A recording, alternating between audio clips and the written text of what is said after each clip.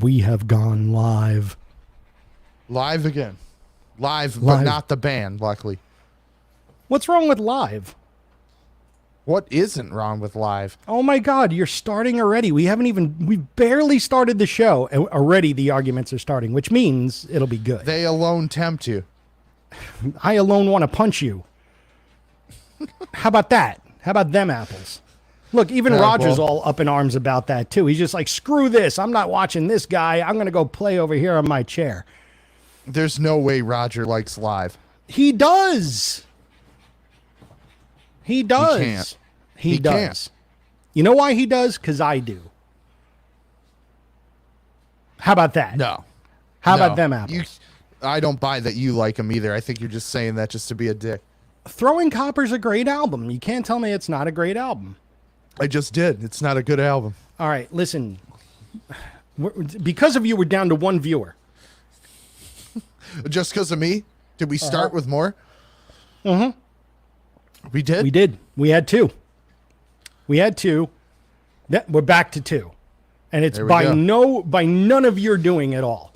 How many of the two people that are watching, how many of them like live? I don't know, but Mark Garney's probably one of them, and I'm sure he likes them.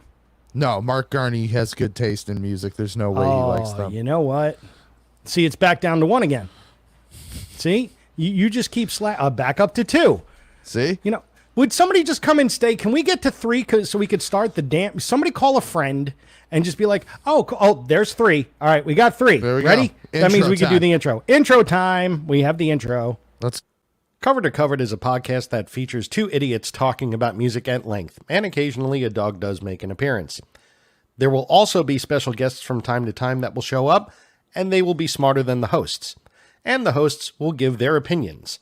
By the way, they are exactly that. Opinions. They're not truths, they are not fallacies, and they do not reflect the views or opinions of their employers or those they employ. So, with that, just enjoy the damn show.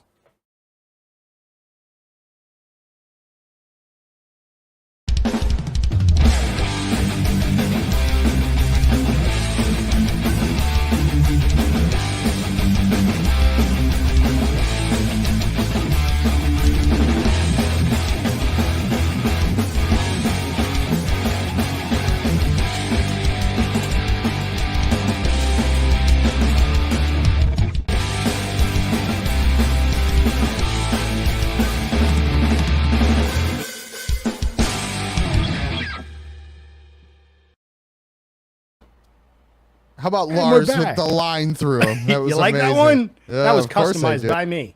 Custom. That was great. Custom, I say.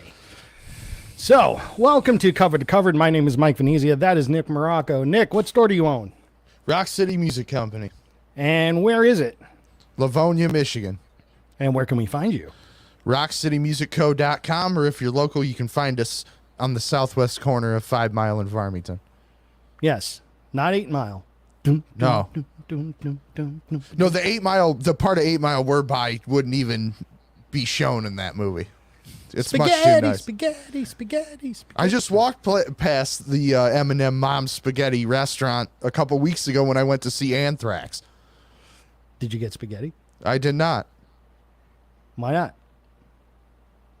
I can't remember. If Paul McCartney's on here, what did we eat after Anthrax, Paul McCartney? Obviously, it was something delicious that Paul McCartney obviously didn't make. No. If he had made it, it wouldn't have been good. Exactly. So, hi. Well, you didn't go to 8 Mile. I haven't gone to 8 Mile because I'm in San Diego and you were in Detroit, and we got a lot to go over. So, little recap from last week. Oh God, it was a legendary. It was a legendary episode for those of you that didn't see it. So last week we had Yachtly Crew on, a couple of members of Yachtly Crew. We had a whole Yacht Rock episode, and boy, did Sailor Hawkins drink like a drunken sailor. I happened to see him on Labor Day at a party, and he's like, I guess if we get like any more popular, I may ask you to edit that. He was not happy that I did not like Dreams by Van Halen. Oh, no. He was so annoyed. I have so never mad. seen somebody so angry about somebody. And this is including us. Like, I've never seen anybody so angry at not liking a song, like, ever. Like, it's like you killed his mom. I haven't seen somebody that angry since somebody asked me what I thought about Dreams by Van Halen. Which was me. Yeah, right. That was awesome. So anyway, a couple of notes about those guys, just if anybody wanted a quick follow-up. There was something they couldn't talk about that they actually announced, I believe it was yesterday. And that is, these guys are doing great. All right, Yachtly Crew are doing great. And they now have a residency in Las Vegas. Ooh. Which is pretty awesome.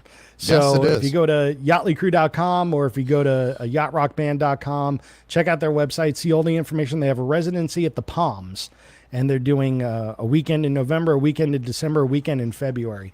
And it's good for them because they deserve it. I mean, they are just so much fun to watch. And lucky me, I get to see them this Friday down here by me. So congrats. That's awesome. Good for them. I want to come out there for that. You know, I've never been to Las Vegas. Really? Never. Wow. Well, there's that whole New Year's thing. It's pretty cool. And they're playing 2 days before and the day before New Year's. So you should come out for that.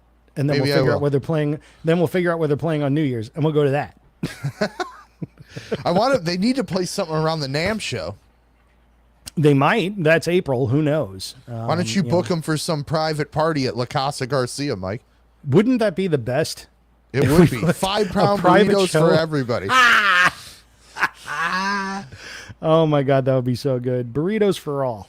We're in this together. They won't serve the chips though. That's for sure. Not enough chips. Shout out to our buddy JR. Yeah, JR, the man who ordered the chips and got like 3. And was noticeasably and understandably pissed. Yes. So yeah, flan for the table is always a must. Yes, you're right, Paul McCartney. He is 100% correct on that one. You need a flan for the table. Yes, you do. I don't care who you are. So anyway, so that was a little bit about last week. And then a couple of weeks from now, I'm working on a guest. I don't want to jinx it, so we'll see. I'm waiting for an answer. Hopefully they're able to do it. And if they are able to do it, what we are going to do is this week we're doing a drummer roundup.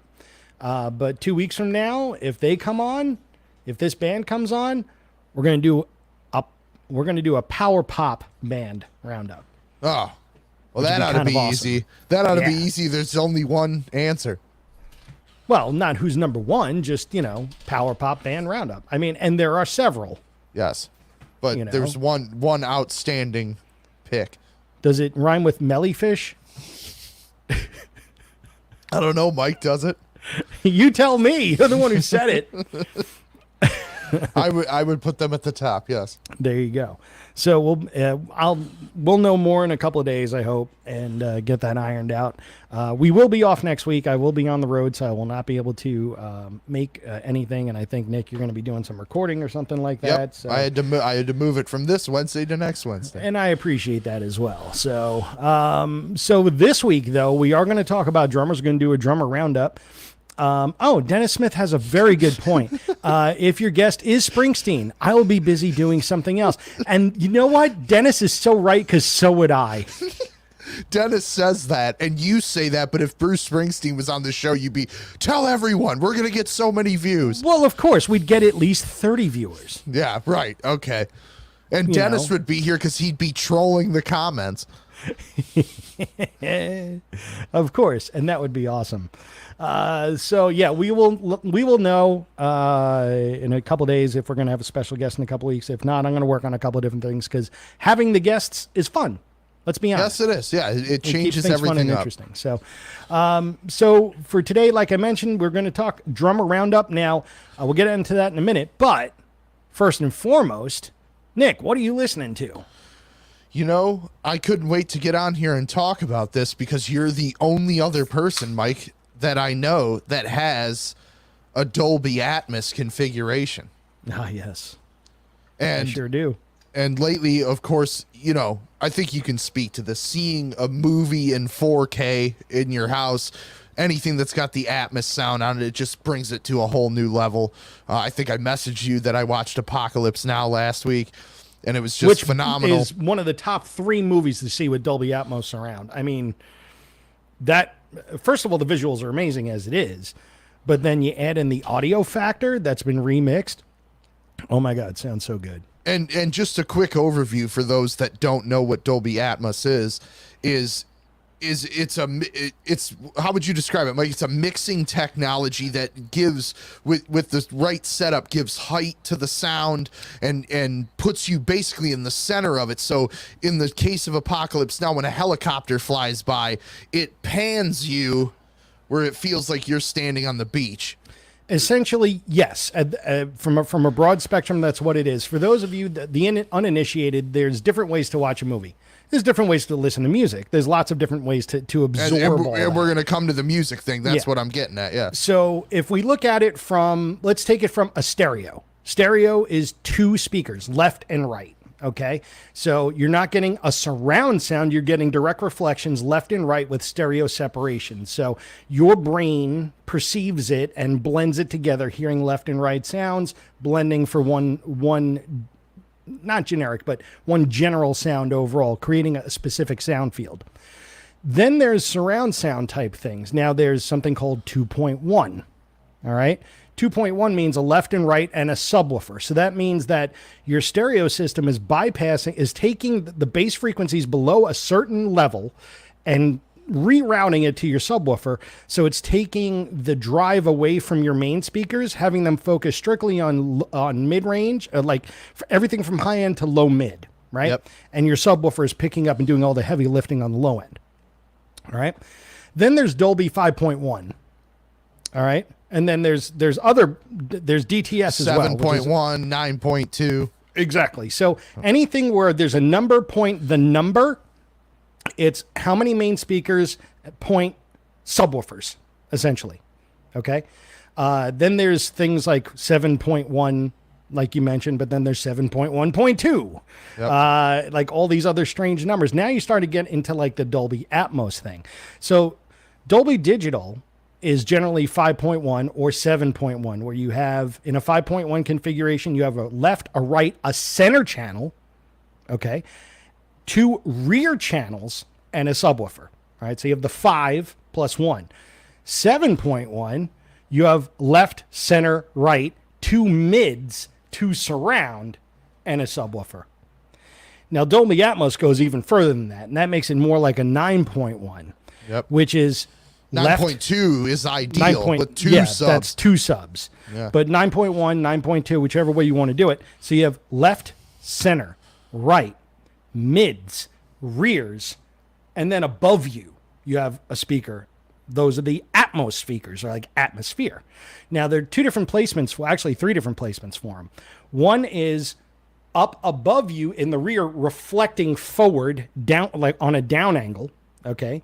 The other is at the front by the screen, reflecting downward at you. The third, which a lot of people use because they can't ceiling mount things, is on top of your left and right speaker, upwards at an angle, reflecting off the ceiling and then bouncing back towards you at your listening position. So that envelops you in sound. That's what Dolby Atmos is. Yes. And yes, Dennis Smith, I am absolutely being your Best Buy guy for today. All right, because this is in my freaking wheelhouse. So. Yes.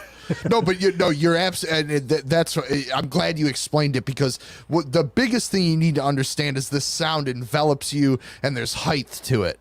Yeah. So, Tidal, the streaming service, they have a lot of stuff, and I know it's starting to go to other platforms, but they stream a ton of Atmos music. So I spent a good portion of Saturday and Sunday testing out different genres of music, R&B, some hip hop, some rock, some jazz. They got a lot of great stuff on that service. And were you listening at Best Buy with Dennis? I was not listening at Best Buy. I was listening in my basement. In fact, just behind me. Okay, I was fair listening. enough. But there was so much great stuff, and the sound is just unbelievable. I mean, the Doors stuff sounded amazing. Of course, Rush, Moving Pictures. mind-blowing. But without a doubt, the top track I played and heard and just couldn't believe my ears was Day in the Life, Beatles, off Sgt. Pepper. Just incredible. I mean, and that song's incredible in general, but this version in particular and how it sounds in the Atmos setup was just, I mean, it was good enough. I could have cried. It was amazing. So having said all of that, what I was leading into was I've been playing a bunch of this stuff in Atmos and a bunch of Beatles stuff in Atmos just in time for today, that Revolver box set to get announced. Oh man, I saw that and I saw you comment on whoever it was, like, hey, I really can't wait. I think I'm just going to wait until the Giles Martin remix version comes out. And you're like, this is it. Yeah, right. This what are is you the waiting one. For? What are you waiting for? So I was like, What's happening, baby? Exactly. So you know what I wanted to yell at that guy? Fuck you! I was like, yeah, dick. What are you thinking? They're just going to put out like a just Revolver just because? No. Yeah, again. Again, for the 15th time. Yeah, So- but that box is going to be amazing. Lots of outtakes. But here's the thing. The last 3 Beatles boxes, so four. Sgt. Pepper, White Album, Abbey Road, Let It Be, all came with Blu-ray discs that had the Atmos mix and the 5.1. Revolver is not coming with the disc. The Atmos mix for Revolver is going to be streaming only for whatever reason. I don't know why that is. It's bizarre, and it's a total left field thing. I don't know, because they've been the ones that have really been pushing those Blu-ray discs, but no Blu-ray with this set, which I'm kind of shocked by. That is actually really interesting. The only thing that I could think of, well, no, I mean, I guess it couldn't be the case. I was going to say maybe they weren't able to do an Atmos mix with it, but if they're doing it as a streaming thing, it'll stream on Tidal. In fact, I didn't get a chance. I wanted to play it before we came on here just so I could hear it, but Tidal has already a preview of the Atmos mix with Taxman is available to play already. Oh, okay, that's cool. So now, do you need a specific Tidal player in order to use the Tidal service? No, all I do is I just Bluetooth from my phone using the Tidal app to my Atmos receiver, and it does it. The problem that I have with that is that anything over Bluetooth, instantly the compression that goes into it kind of kills it a bit. The I good agree. news is that you'll get the separation, the Atmos separation, but as far as fidelity, I think you lose something. Well, here's the thing with Tidal. They stream in the highest bit rate possible. So if you have a good internet connection, which you and I always talk about, if you have a good internet connection, you do get decent fidelity. It's not like playing it off of Spotify, which is just horrendous. But you're right. You're absolutely right. A disc would be much better. And that's why and I think audiophiles and Beatles fans go hand in hand for sure. So I'm really surprised for them specifically that there's no Blu-ray disc. I'm really shocked by that. Yeah, that one's a little bit of a head scratcher, but maybe we'll find out why. Maybe it's something where it's a separate entity, like a CD set alone, because they do that too. You know, I mean, just like with with the Kiss Destroyer box set. The big box set was CDs only, and you had to buy LPs separate. Yep. But the CD box came with the Atmos mix. Yes. So, and I see Jerry Leica brought that up. How about Great Expectations by Kiss? The Atmos mix that Steven Wilson did for Kiss Destroyer is absolutely unbelievable. Bulletproof. Bulletproof. And and to be fair, I cannot believe that there was so much audiophile care put into Kiss Destroyer. I'm glad it was, because it deserved it. But like, I would never thought. But it's their most orchestrated album. So I mean, it's in many, many ways. I mean, it's no Elder. Yeah, well, what is? What is? And hopefully nothing else. But, I mean, it's not Unmasked. Right. I mean, I love Unmasked. Don't be ragging on Unmasked. Hey, I just had one delivered today. Okay. Really? OG super clean. Yeah. Beautiful. Good for you. So that makes number 2, because I have every freaking Kiss album twice. Because don't get me started on that. Yeah, well, I won't. You know what else I picked up? last week, which was pretty awesome. And this goes into what I'm listening to right now. I was doing the crate digging, crate diving. Always my favorite sport to do on a Friday or something like that at my local record store. And Supertramp, Breakfast in America. Oh my God! Did you get the MoFi? $3. $3. It was not MoFi. $3.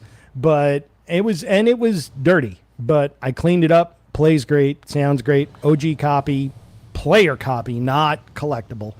But it is OG, so there is that. And that's one of those records that the original press is. I mean, it sounds fucking fantastic. Yeah, but, it does. It really does, and it holds up. So I but also the picked up MoFi digital or not digital kicks the shit out of the original. I want the MoFi version for sure, but finding one for less than like $200 right now is I'm finding it to be a little bit difficult. However, I did pick up a couple of things that are on their way. Okay. I picked up Roll the Bones by Rush. I got an OG European copy.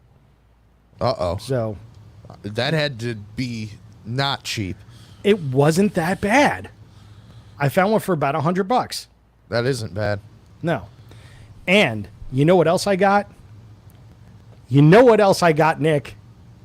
What have I been asking you for years? Kiss the originals. Yes. You got a copy. I got a copy. It's on its way. Is it complete? Complete. Ooh. Card set, sticker, booklet. Book? Yep. Japanese version. Kiss Japanese Army version. sign up? I don't know because it's a Japanese version, so I don't know. But it's OG. No Obi, but I'm all right with that. Yeah. I can care less about that, to be honest with you, because that without the Obi was less than like a U.S. version with everything as well. Yeah. All right. Jerry And- Leica is a massive Kiss fan, so he's probably appreciating this too. Oh, yeah. So that made me happy. Can't wait to get that. And it'll probably get here when I'm on the road next week, and I'll have to wait till I get home. But with that said, what's coming out this Friday? So, let's go to Kiss. Let's talk about Kiss. Yes. The next release in the Off the Soundboard series is coming out this Friday, and finally, for the fourth release, we're getting classic era Kiss. Off the Soundboard, 1977, Des Moines, Iowa, recorded on the Alive 2 tour. Glory era of Kiss, of course. You're talking Love Gun and Back is the whole set list, and this show is circulated for a long time in bootleg form, but this is supposedly soundboard audio, and it should sound great, and I can't wait for it. I'll get to hear it tomorrow because that's one of the perks of owning a record store. Well, you're going to put one aside for me, right? I can put one aside for you. Yes, I would sir. like you to put one aside for me because I want that. The only one I don't have is the Virginia Beach one, and I don't want that one. So Kiss fan numero uno over here. I don't have any of them. I have the other two. I have Tokyo and I have Donington. I just know, like, I'm not going to listen to them. This, however, I will listen to probably extensively. Yeah, well, I mean, it's classic era, and you figure like they're at the top of their game, and it's going to Yes. sound great and what have you. I will say the Tokyo Dome one is pretty good. The Donington one is sketch. Yeah. 'Cause And the Virginia Beach one, no thanks. haven't even listened to it because I don't even want to. So, like, No, thank you. no, that's all right. But this one should be great because, like I said, I mean, this is a highly rated Kiss show in the fan circle. So, if you're looking for Glory era Kiss, that's different from Alive 2 because what you get in this show, it's different. Well, it's different significantly because you get the show as it happened. Alive 2's put together. There's some sound check recordings on there, and There's nothing that was done on Alive 1. You got it. So this one has Black Diamond, Rock and Roll All Night mixed in with Detroit Rock City and Love Gun and Shock Me and all, and it. So I'm really stoked for this. I think it's going to be great. So Yeah, it'll be cool. and hopefully this kicks open the door to Kiss putting out more of the best era of them. Well, Like this. that would be a good thing. Jerry Let's Leica cross our Creatures fingers. box set. Yep. Yes, absolutely. What else is coming out? Of course, the new Ozzy album, Patient Number 9. There's a regular black vinyl. There's an indie store exclusive on violet vinyl. And the deluxe edition includes the indie store vinyl color and a bonus comic book. because that's what we need. And let me let you in on a little secret here that I'm aware of. Ozzy's moving back to the UK? No, Stern Pinball's about to announce a new Ozzy pinball machine. Oh, I don't care. I want the Rush pinball machine. That's what I have that. I know, and I hate you that. for it. And then also coming out this week, something I wanted to spotlight, the first 3 Reverend Horton Heat albums on Sub Pop, which are full gospel sounds of Reverend Horton Heat, Liquor in the Front, and Smoke 'Em If You Got 'Em. 3 crushing, great rock records, of course, with the rockabilly influence, but this is when they're throwing down. It's got that punk influence to it. You can't beat any of those records. They're on Coke bottle clear vinyl, crystal vinyl, and then just straight up clear vinyl. So it sounds like 3 different shades of clear vinyl, if you ask me. But these records haven't been in print since their original run on vinyl. CDs have been in print the whole time, but I'm really stoked about these. I've got OG presses, but can't say enough about these records. No, the Rev is great. He's fantastic. And Rock City alumni, 3 times we've had the Rev. The Rev 3 times, and he kept coming back. He kept coming back. He loves my place. We email occasionally. And then other releases from Tedeschi Trucks Band, Deep Purple, Danzig, and Flogging Molly coming out this week. I'm surprised you didn't highlight the Deep Purple one, being how big of a fan you are. It's a 1995 live record. So nobody cares. I don't. Which, again, is surprising. I'm actually kind of stunned. Yes. All right. So let's give Mark Garney a little props here. By the way, he just had a sweet find, Alan Parsons' project, I, Robot, and The Turn of a Friendly Card. Both original pressings, both very clean vinyl. Both were $1 each. Yeah, there you go. 50 cents more than he should have paid. He bought Tapestry and The Stranger at the store yesterday. Well, he said he was listening to Tapestry right now. So there you go. Look, I mean, we talked about that on one of our first episodes, like albums that are just perfect. Yep. And that is definitely up there as a perfect album. So, all right, well, let's get right into it. This week, well, before we get into it, there was a reason why I picked this topic for this week, and Nick, you know why. And it's basically because we need to talk about the Taylor Hawkins Memorial Concert that happened this past weekend. And to me, it seemed like this was, obviously it was a memorial for Taylor Hawkins, but it also seemed like an audition. Mm-hmm. Maybe not intentionally, but it kind of was. If the Foo Fighters are going to continue, it's going to be somebody that was on that stage this weekend playing drums that will be the Foo Fighters drummer going forward. Yes, and I believe, me personally, I watched everybody very intently, and my vote, without a doubt, goes to Rufus Taylor. He was one of my 2. He absolutely was amazing. He's great in the darkness. Of course, he comes from lineage of one of the greatest drummers of all time. And I just thought, he had the feel, he had the power. Let's be honest, he looks a little bit like Taylor. He looks eerily Yes. like Taylor, which is probably one of the reasons why they probably wouldn't pick him. I thought about that, but I mean, look at the situation like with Guns N' Roses with Richard Fortus, who's a fantastic guitar player. Richard Fortus looks a lot like Izzy Stradlin.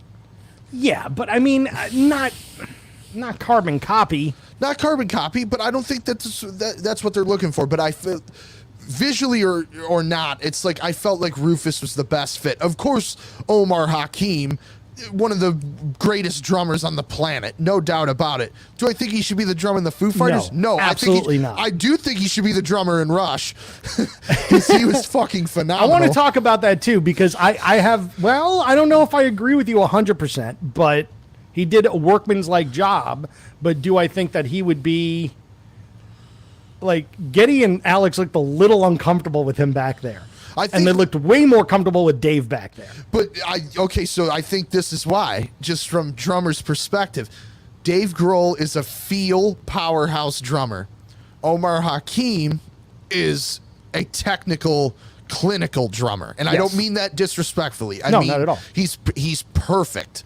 And I think the great thing, what we all love about Neil Peart, or Peart, whichever you prefer, is that he had feel and rock punch from loving guys like Keith Moon and things like that, but he also had the technical proficiency to be Neil Peart.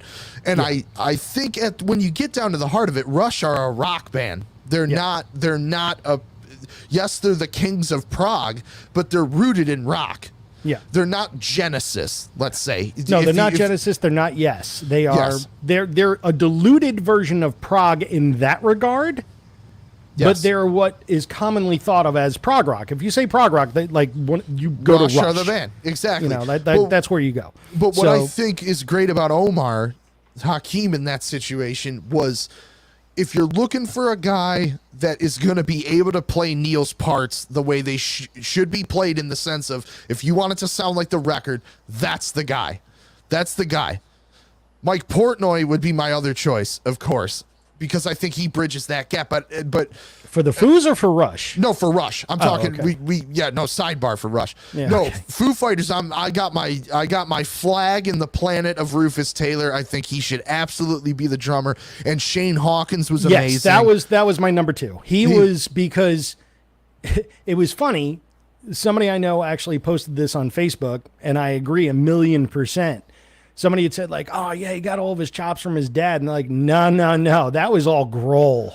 Yeah. Like, he played the drums like Grohl would play that song, which is, hey, Grohl played the drums on that album. He redid all the drum parts on Color and Shape. So, but I mean, like, could you imagine being that kid surrounded by all this drum influence? Not just your dad, Who's amazing. who's fantastic, but Grohl and all these other guys. Right. Like, wow. Okay. And he played that song as if he were Grohl without the grizzledness of a veteran, Yes. He beat the living piss out of the drums. But I do think that unfortunately that's why it can't be him, because he's not experienced enough at that level, I think, to function. He's 16. Exactly. But the question was, the drummer of the Foo Fighters, if they continue, who would it be? Shane Hawkins is amazing, and whatever band he ends up in, he will be the star of it. No doubt about it. Fantastic drumming. Like you said, Grohl, I thought he looked a lot like his dad while he was playing, the way he was hitting and the way he did certain things. His mannerisms were very much like his dad, but he played a lot like Grohl. You're absolutely right. But to me, like, Josh Freese, amazing drummer. Josh Freese, one of the best drummers that nobody's ever heard of. Exactly, but I didn't think that felt right. As soon as they came out, they started with him, and it didn't have the bounce like Taylor had. It didn't have the groove. And again, not taking anything away from Josh Freese, because everybody that played that day is a way better drummer than me. I'm not trying to critique anybody's drumming. I'm just saying, from a fan and stepping into the shoes of let's be honest, one of the most iconic drummers of the last 30 years, I think you have to be at this level. And I thought Travis Barker was fucking incredible. I thought he was great, but I just don't think he wouldn't work in the Foos. No, it doesn't make sense for him to be the drummer. So he didn't look right. No, it takes me back to Rufus Taylor. I think it should be him, or I think it should be Chad Smith. And I think Chad and the Foo Fighters and the Chili Peppers, I think, could work that out, because Matt Cameron's done it for a very long time, or did it for a very long time, with going between Soundgarden and Pearl Jam. So I do think it's possible, and of course Chad is just mind-blowing great, and I think he would play those songs awesome. But if it's who I saw the other day, it's Rufus Taylor. Yeah, Rufus Taylor would be my number 1. I agree. But Shane Hawkins, like, if he was in the band, like, they probably have to only do summers for now because he's still in school or whatever, Right. I don't think first of all, you could see that more probably happening, okay? Because A, he's a young kid, they can mold him however they want. B, not as if he doesn't have the chops. C, keep it in the family. Mm-hmm. And it'd be D, way easier to transition for Dave. Uh-huh. There's something to that. Dennis just pointed this out. It's more than just being able. Yep. There has to be chemistry. I agree. Yep, 100%. But I forgot to mention, that's what had me land on Rufus Taylor, because I felt like when you watch the band, they were the most comfortable with him playing. Mm-hmm. It seemed the most like the Foo Fighters. That you didn't see them looking at the drummer. They were just playing. And I think, again, you're filling Taylor Hawkins' shoes. This is not an easy gig. And I just thought he did it the best. I think skill-wise, chemistry-wise, it came off very confident to me with him on the drums. That was the intangible that he had for me over Shane Hawkins. Was that quiet confidence. Like, he just destroyed it. Yeah. He just absolutely destroyed it. Yep. And 10 years from now, that Nandy girl, she'll be in the band. Yes. And she's great too. She's great too. I was at the show at the LA Forum when they brought her out on stage and she played Everlong and floored everybody. Yeah. She's amazing. She is. And she's like 13 and I hate her talent. And let me just say, too, when you talk about talent, because I know there's a lot of people that aren't fans of Dave Grohl for whatever reason. I think he's kind of like the rock and roll poster child that people are supposed to not like for whatever reason. Or you're supposed to love him just because he's Dave Grohl. Yeah. How about in the first hour of that tribute show, Dave Grohl played drums, he played bass, he played guitar, he emceed the fucking thing. Dave Grohl is...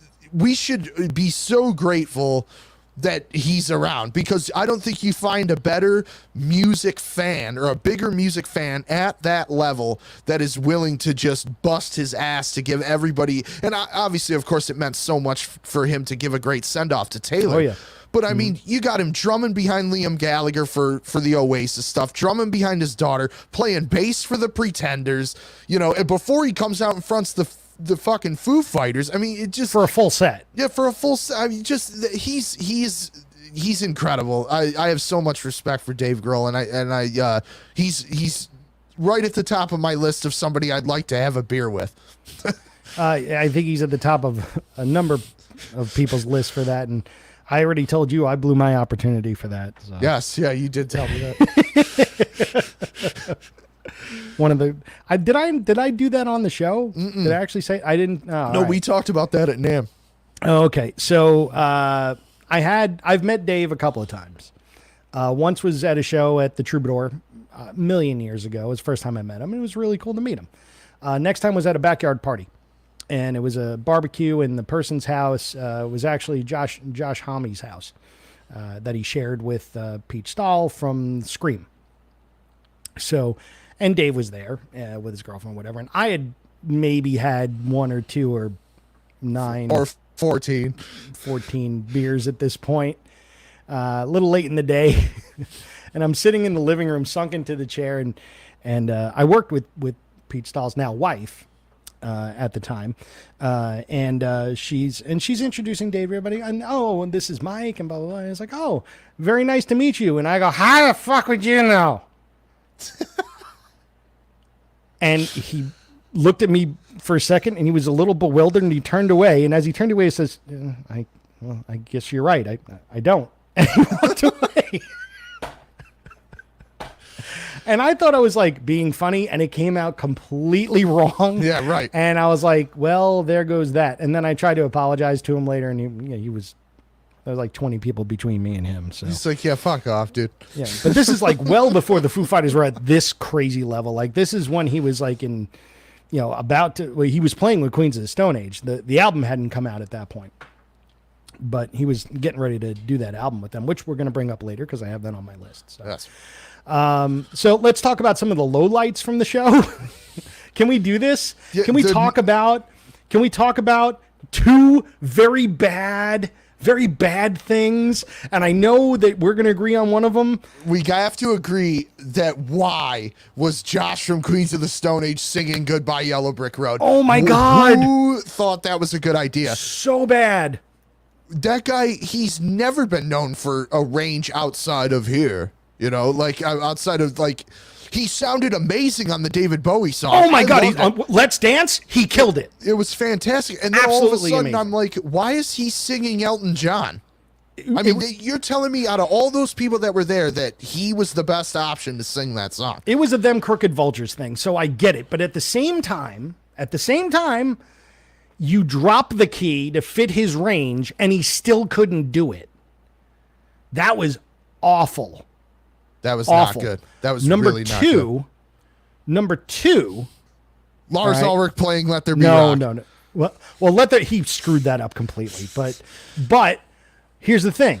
It's not on my list. Why is that not on my list? Because I don't expect anything out of Lars. I expect him to screw up things like Back in Black and Let There Be Rock. I totally do not anticipate him doing anything right behind a drum kit. So for me, that was whatever. That was par for the course. For me, the second thing, and this hurt a lot, was Paul McCartney choosing "Oh Darlin'" to sing and just showed his age. Yeah, I really have to, bad. Unfortunately, I have to agree, but I almost posted when it was going on because I saw all these people commenting shitty things, and I get it. You're right. It's a song he shouldn't sing anymore. It's way out of his range. Paul's clearly having issues with his vocal cords that developed like in the last 2 years. Yeah, because I saw him in 2018 and he sounded fucking great. Yeah. So I mean, and that's fine. You know, he's 80 years old. What can you expect? But I just want to remind anybody or everybody, you can say whatever you want about Paul McCartney, but just remember, he's Paul McCartney. He is, but at the same time, he should know that he's Paul McCartney.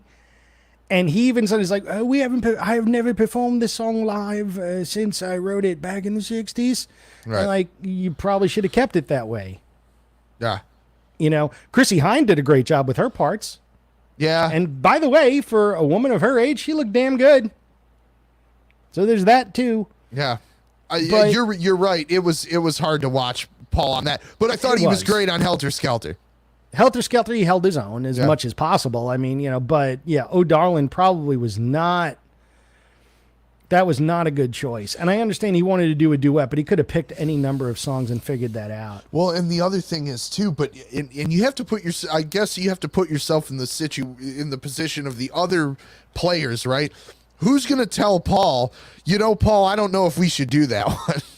You know, but the thing is, like, I understand that, and you're absolutely right.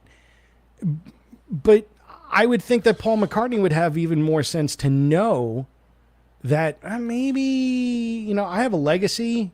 Yeah. And this is in front of like 80,000 people and being broadcast worldwide, like, right. You know, and you know, was it as bad as Led Zeppelin doing "Stairway to Heaven" with Phil Collins? No, well, nothing's that bad. Nothing be was fair. that bad. Nothing is as horrible and a disgrace to a legacy more than Phil Collins playing drums for Led Zeppelin. Yeah, but it wasn't good. No, it was not. I'll agree, and you know, I will fight to the death about the Beatles, specifically Paul, because I think, again, I feel like we're so privileged to still be alive when he's still out there performing, because 100 years from now he's going to be remembered as like how we remember Beethoven and shit. Oh yeah, so, of course. So I always look at it as like, I'm grateful to be here at the same time as McCartney and Dylan and all these people. But you're right. Somebody should have said, Paul, you know, we probably shouldn't sing "Oh Darling." And by the way, Mark is wondering if Phil Collins did play "Stairway to Heaven" with Led Zeppelin. My God. Live Aid, 85. And I don't care what Robert Plant says. I'm pretty sure that disaster is the reason why he does not want to play in Led Zeppelin anymore. Because actually, I think he has referenced that in one way or another. That's what I'm saying. I mean, they've done three gigs since Bonham died, and that was one of them, and by far the largest scale one. And it's out there for everybody to see, and it's a disaster. And it's a disgrace. I mean, but meanwhile, the show at O2 was pretty good, from what I understand. I had friends there, so I mean, you know, they pulled it off. But look, it's too late now for Led Zeppelin. That's never happening. Like, none of them can pull it off. If it was going to happen, it would have happened in 07. Yeah, exactly. Then. I mean, you know, even if going back to the Taylor Hawkins thing, you look at John Paul Jones. I mean, the guy's skin and bones. Yep. He could still play. Don't get me wrong. The guy could still play. I mean, he could still play, just like Paul McCartney can still play. You know, but and Mark brings this up, and this is one thing, and then I'll let this go. You know, Chrissie Hynde is 71, but looked young next to Paul. That's true. And then also he says her voice was still there, and that is also true. And that's because point out a time in the Pretenders' history where Chrissie Hynde lived outside of her vocal range. Mm-hmm. She never pulled the Sammy Hagar dreams thing. Right. She never did that. Like the closest thing may have been I'll Stand By You, possibly, maybe, but that's it. And she could still probably hit all those notes. So she can live within that. Oh, Darlin' is at the extreme range of Paul McCartney's vocal. Yes. Even then. Yeah. Then. Yeah, you hear it. He purposely would sing that song. There's like, I don't know, 10 takes of it. And he purposely sang it first thing in the morning when he got to the studio because he knew. So it was all rough. Rough, and he knew it was going to take a lot out of him. And that's why he wanted to do it first thing. So you're right. I mean, why he picked that song blows my mind. I don't know. I mean, think about, you want to talk about a fucking songbook. I mean, literally throw a dart. Hundreds of songs. Yeah, I hundreds that you could have chosen, and you went with Oh Darlin'. Yeah. Like, you would have been better off picking Lullaby or Good Night or some other shitty song by Ringo. And to me, like he's one of those guys where just his presence of being there means so much. He didn't even need to sing. He could have just came out. He could have just played. What I mean? Like he could have just played the fucking bass and everybody would have lost their minds. Yeah. Because I still think he's a criminally underrated bass player. But like, I don't know. I mean, there has to be some reason why Paul picked that song. Maybe Taylor told him that was like his favorite tune. I don't know. Maybe. I don't know. And if that's the case, then it's this much forgivable. Yep. Then I understand a little bit more. But anyway, so that's the Taylor Hawkins special. Next one is September 27th in LA, indoors, much smaller audience, 18,000 people, not 80,000. And different performers. Many of the same performers. Not all of them are the same. So you're not going to get the guys. You're not going to get Oasis. You're not going to get Justin Hawkins. You're not going to get From the Darkness. You're not going to get all those guys. You're not going to get. I think Brian May is coming. I don't know if Roger Taylor is. Yes. But you will get. Alex, what's that? This is Gene Simmons, and I'll be performing at the Taylor Hawkins tribute. I'll be performing maybe one, possibly two classic Kiss tracks. At least two classic Kiss tracks. And the reason why I'll play two, and let me let you in as to why. When they asked me, I said, it's $50,000 a song for me to perform. So I said, let me just do 10 songs, $500,000. I'll donate 1% of the proceeds to Taylor's family. The rest goes in the Kiss Pocket, which you can buy on Kiss.com, KissPocket.com, KissPocket.org, Kiss Wallet. And as I always say, to thy oneself be true. To myself be true is what I say all the time. Two things I want to hit before we get off the Taylor Hawkins thing. I just want to say props to, not props, but I'm super happy for Geddy Lee. And this is why. When he did the book signing at Rock City in 2019, I asked him, did you get to talk to everybody you wanted to talk to in this book? Mike, you have a copy. He interviews other famous bass players, people he loves. And he says, he said to me, the only person I didn't get to talk to that I really wanted to was Paul McCartney. He was standing right next to him at the end of the night. Exactly. He said he's the only guy I've never gotten to shake hands with, and it would be so great for me to be able to meet him one day. So it was awesome that Taylor brought them together in that sense. In fact, if you remember, Paul McCartney was standing with Geddy Lee and John Paul Jones, so it doesn't get much better than that. No, that was like, first of all, the IQ was about 6, but the bass prowess was way, way high. So. And then also I want to just give a shout out to Luke from the Struts, who I know lived his dream by fronting Queen. He did a great job. Why did I just get confused and I thought you said the Strains? No, the Struts. I'm in the Strains. I was like, your singer played with Queen? Wow, why isn't the Strains bigger? Anyway. And Wolfgang was killer. Yeah, but this Wolfgang looks like he ate his dad. So oh my God. I'm sorry. I'm not a model of fitness, but that's all that's going to be remembered out of this whole discussion. Where did Eddie go? Asked What's happening, Wolfgang. baby? All right. Okay. All right. Enough of that. I can't really make fun of him because he did such a great job. He was sounded so phenomenal. good. Everybody He sounded brought their so A good. game. Everybody brought their A game, and there was that really except for Lars. Well, that was Lars' A game. That's right. Yeah, he tried his best. They're like 4/4. How do I do this? 1, 2. What? You know how many people I argue with about how shitty of a drummer Lars is? If you want any proof, if there was ever any doubt, Lars Ulrich playing Let There Be Rock, he can't do the snare fill. He can't go dot, dot, dot, dot, dot, dot, dot, dot. He couldn't do that. He had to count it on the hi-hat. 1, 2, 1, 2, 19. He is awful. And I know, He's look, terrible. I know he's more successful than me and all that for all those people that Success go, does not "We equate to sold talent." more records than you. Yeah, All right. you're absolutely right. So this is a great segue. So now we're finally 50 minutes in. We're actually going to get to our topic of the day. But we needed the preamble. We needed the Taylor Hawkins thing as the preamble because really that's what brought this up. And again, what we're talking about today it's a drummer roundup. Did we say best drummers? No. Okay. Because Nick, you are a drummer. All right. Yes. So tell me if I'm right on this one. Can we establish the fastest drummer? Maybe. You can, right? I mean, Yes. that's measurable, Yes. right? You can measure beats per minute. You can measure strokes per minute, what have you.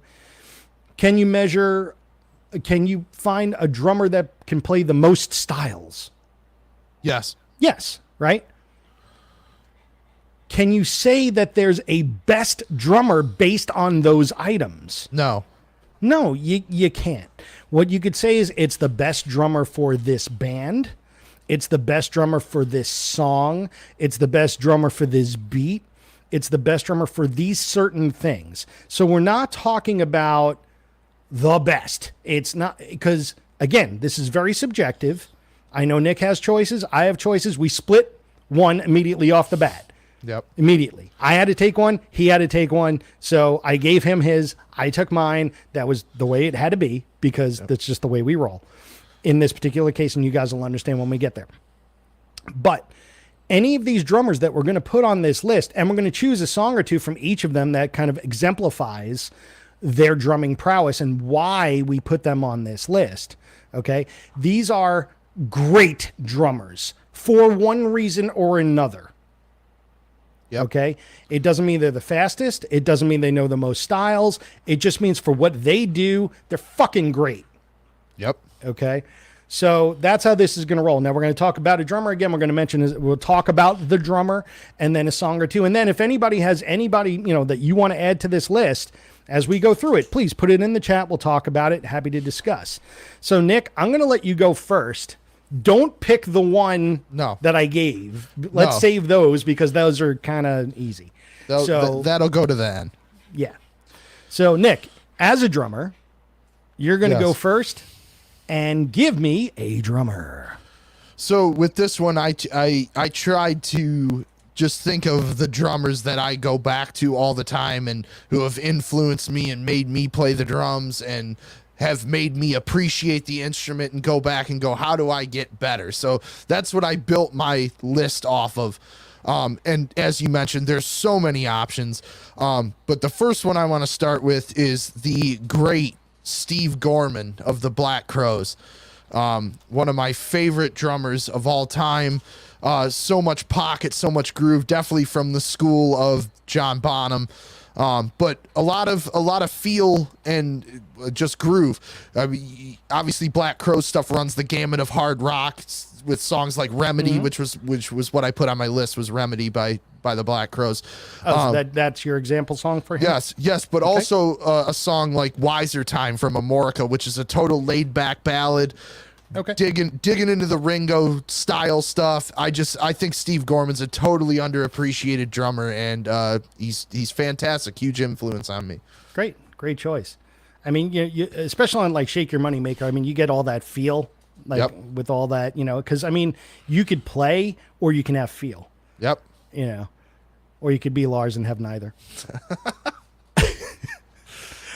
For my first one, that's a great choice. For my first one, I went a little more prog. I went a little more contemporary, and I went with Denny Carey from Tool. I know how big of a Tool fan you are. Oh yeah, huge. But, and Danny Carey fan. well, listen, Danny Carey, you got to, whether or not you like the band, you have to say that this guy has really kept prog rock drumming alive. In fact, he's won over the past however many years top prog rock drummer by Modern Drummer magazine. So it's not just a popularity contest, though. There's a reason for it. The guy uses the drums like a tool, like, no pun intended. Like he actually uses it in a very Peart-esque way, like turning it into another instrument, not just percussion. Yeah. Which is what I really, really like about his playing. And the fact that he plays so many different polyrhythms and keeps it interesting. And when he's playing live, to me, that's a big thing too, because Tool is very visual as a band. If you've ever seen Tool live, they do have a lot going on in the background and on the stage and lots of projections, things like that happening. And I focus on Danny Carey because he is just busy and just fluid with it too, which to me is another one of those intangibles. If you could play great, that's one thing. If you could play great and make it look stupid easy, that's really impressive. Yeah. So for me, that's why Danny is on my list. And if I had to pick a song, everybody's going to hate me for this one because it's stupid long, but then again, every Tool song is. Yeah, I don't know any short Tool songs. I'm going to go with Third Eye.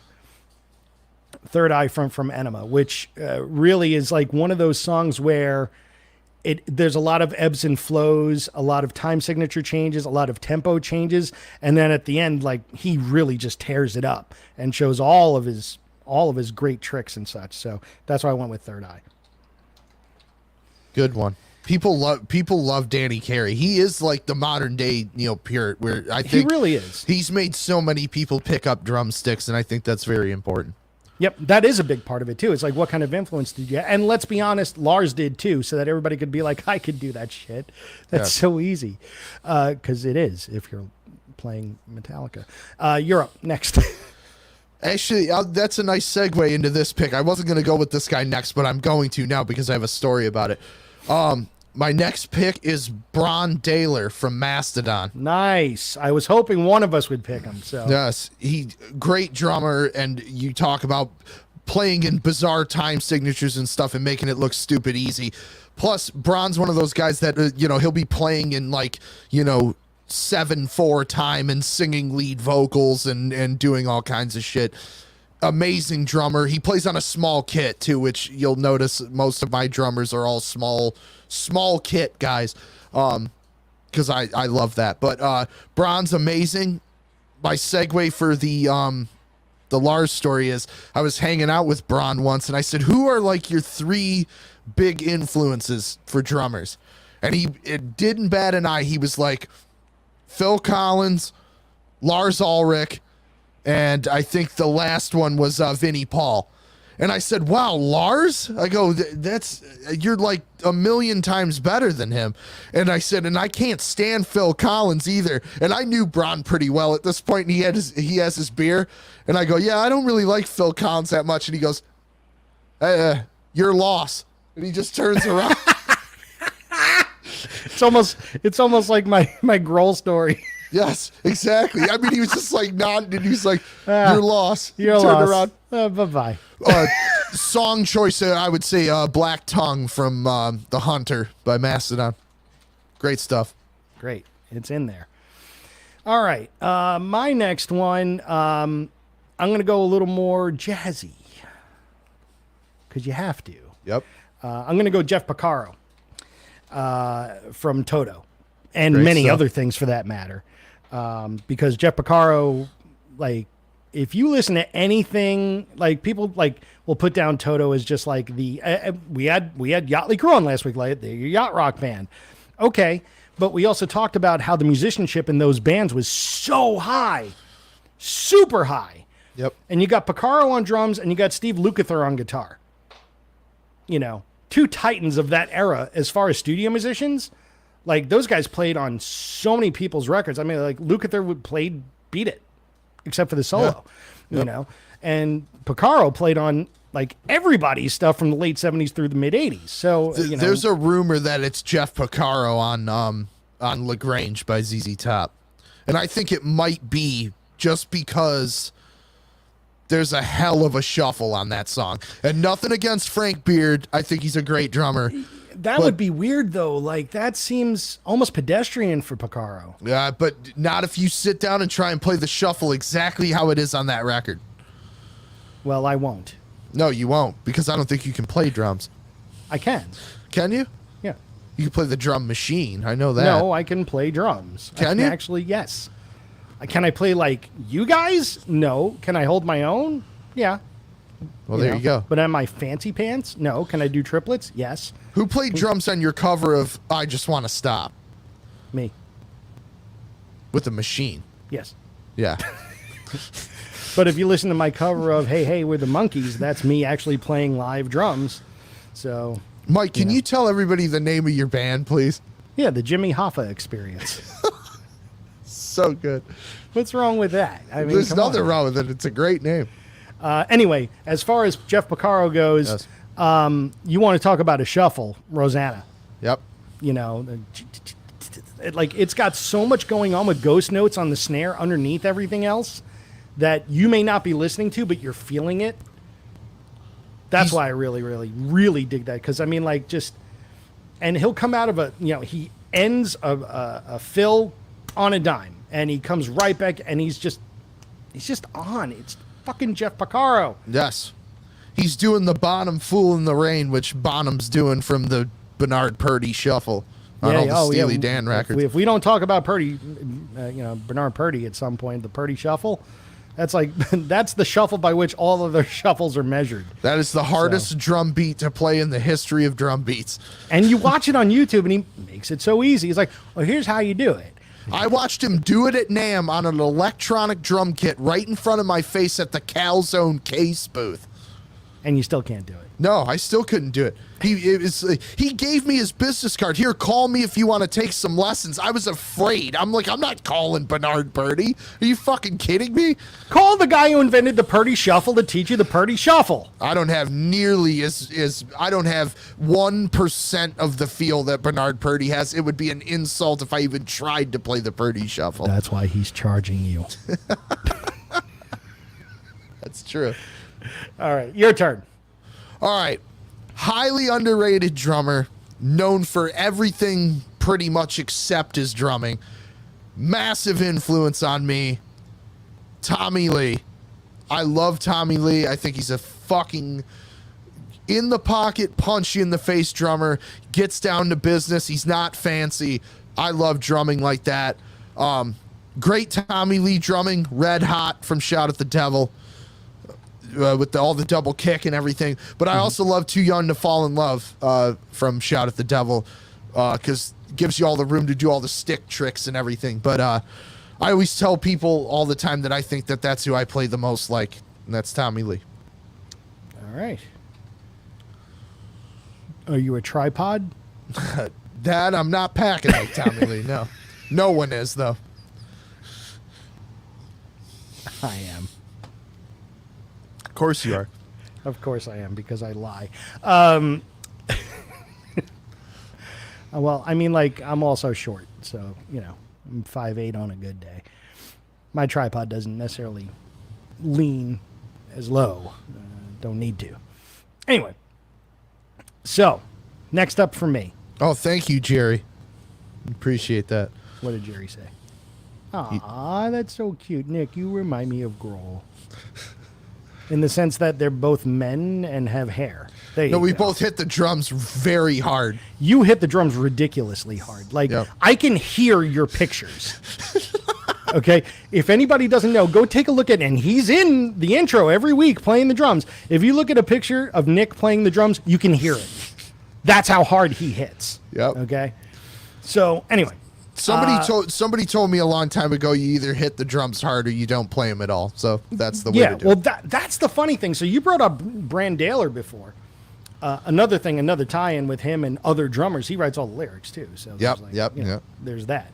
But if you watch his videos, like he's just like he's just like looks like a super light touch, but his wrists are like super like strong. Yes. But you can't tell just by watching him. You're like, oh, this guy plays like a pansy. No.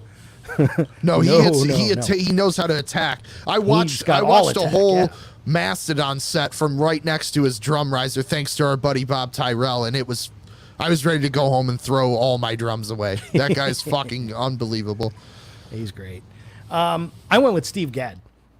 Oh yeah, of course, yeah. I mean, how could you not do a drum? How could you do a drum thing and not bring up Steve Gadd? You know, and there's a lot to choose from here, and I went with two different things.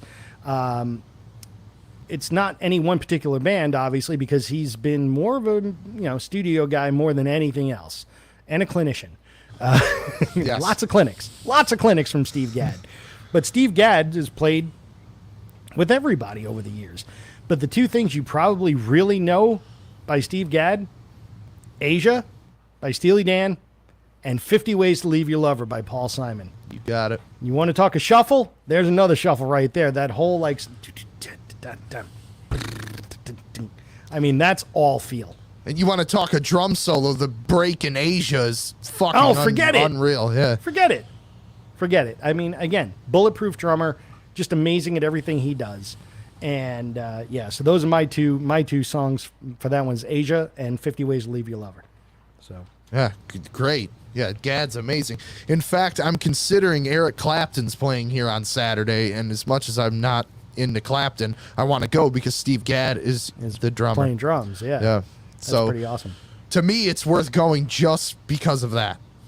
Well, speaking of go, it's your turn. Ooh, let me look at my list here. Who do I want to go with next? All right. Another underappreciated drummer that I think is so tasteful with his fills and just plays perfect to the song that a lot of people don't mention is Pete Thomas, drummer of Elvis Costello and the Attractions.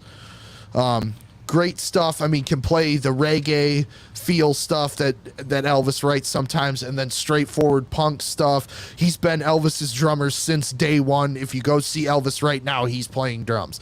And I think that says so much when you've got a guy Elvis Costello has had so many phases of his career, and Pete Thomas has been the drummer the entire time, and he's still killer. He hits the drums hard as well, even at like 70 years old. And the fill on the outro of What's So Funny About Peace, Love, and Understanding is one of my favorites of all time. So that's the song we're going with? Yes. I can't type the whole thing. What's so funny, ... There you go. I'll get the rest of that in. So Pete Thomas from Elvis Costello. Yes. A wise and worthy choice. All right. Oh, stop that. This one, well, I mean, it's again, if you don't put this person in a topic regarding drums and how well they play and how influential they are, there's something wrong with you. And that's Mitch Mitchell Yes. from the Jimi Hendrix Experience. And I mean, Mitch Mitchell was, when you go back into that point, that, late 60s ish kind of thing, nobody was playing like Mitch Mitchell. No. He was unleashed. And the best example that I can give that shows that is Fire. What about Manic Depression? I'm not saying it's bad. I'm just saying, like, for me, that if you want to talk about Manic, I look to Fire, because he was just like, all those like almost the paradiddles he's playing on the snare as part of the beat, And the shit he's doing on the kick drum in the breaks. Just like, and it's like, didn't play it the same way twice, but it made it work every time, Yep. And sounded really, really good and just on the whole time. And his fills, which were it wasn't like 5,000 toms. It was like a snare and just rolls on the snare in like one tom, and just made it all work and sounded like a symphony. The dude was the rhythm section. I mean, look, Noel Redding, great bass player. The show was Mitch Mitchell back there for sure. Yes. So that's why I went with Mitch Mitchell. I had Mitch on my list too, and I had Manic Depression as the track. But yeah, I'll put it in there. It don't hurt. Fantastic drummer. You go, sir. Who?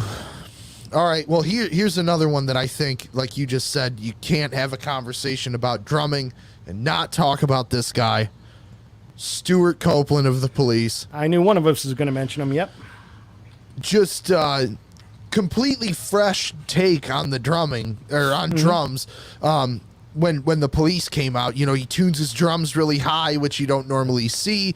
Obviously, of course, the reggae influence, but another just powerhouse. He hits the drums really hard, can play in all kinds of crazy time signatures. For me, the ultimate show of how great Stuart Copeland is if you watch the Police reunion tour footage of when they do Wrapped Around Your Finger. He does all this crazy stuff on a percussion kit that is literally unbelievable. I mean, I can't. It's uncertifiable if you're gonna be making a playlist, Mike. It's uncertifiable. But what a fantastic grip on rhythm and turning things inside out before he sits down on the drum kit and then, of course, blazes on that. So my 2 tracks for him were Wrapped Around Your Finger, the reunion tour version, and then the ultimate Police song, in my opinion, Synchronicity 2. Slamming rock drums on that. I went with, I had him on my list. The song I went with was Every Little Thing She Does Is Magic. Great, too, yeah. Because that's chop central. Yes. You know, like alternating between single hand and double hand, hi-hat play, lots of accenting, and just being all over the kit and still coming back to one and being there. And then a lot of really cool, intricate ride work as far as the rhythm portion of it. Yeah. I mean, Stuart Copeland's great. Now, I did see the Police on that reunion tour, and he looked weird.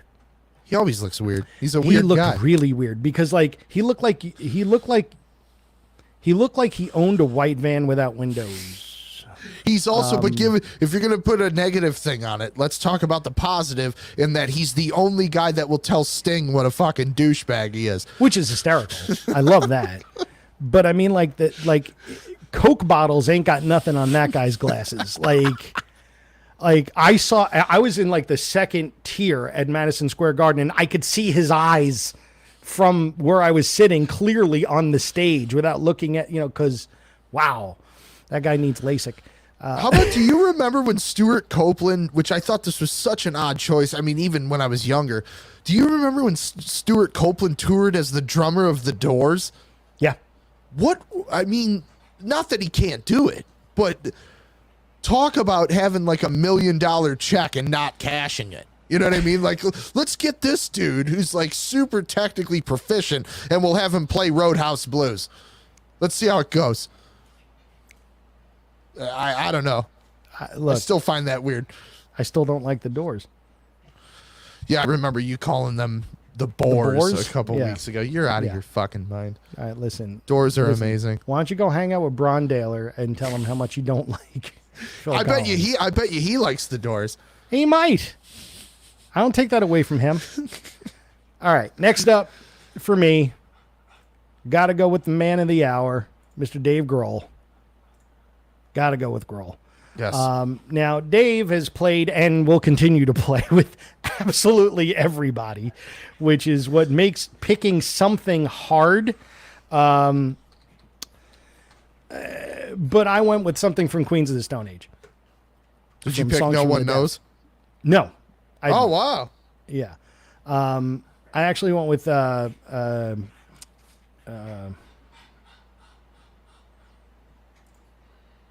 Jesus Christ, I'm pressing the wrong buttons here.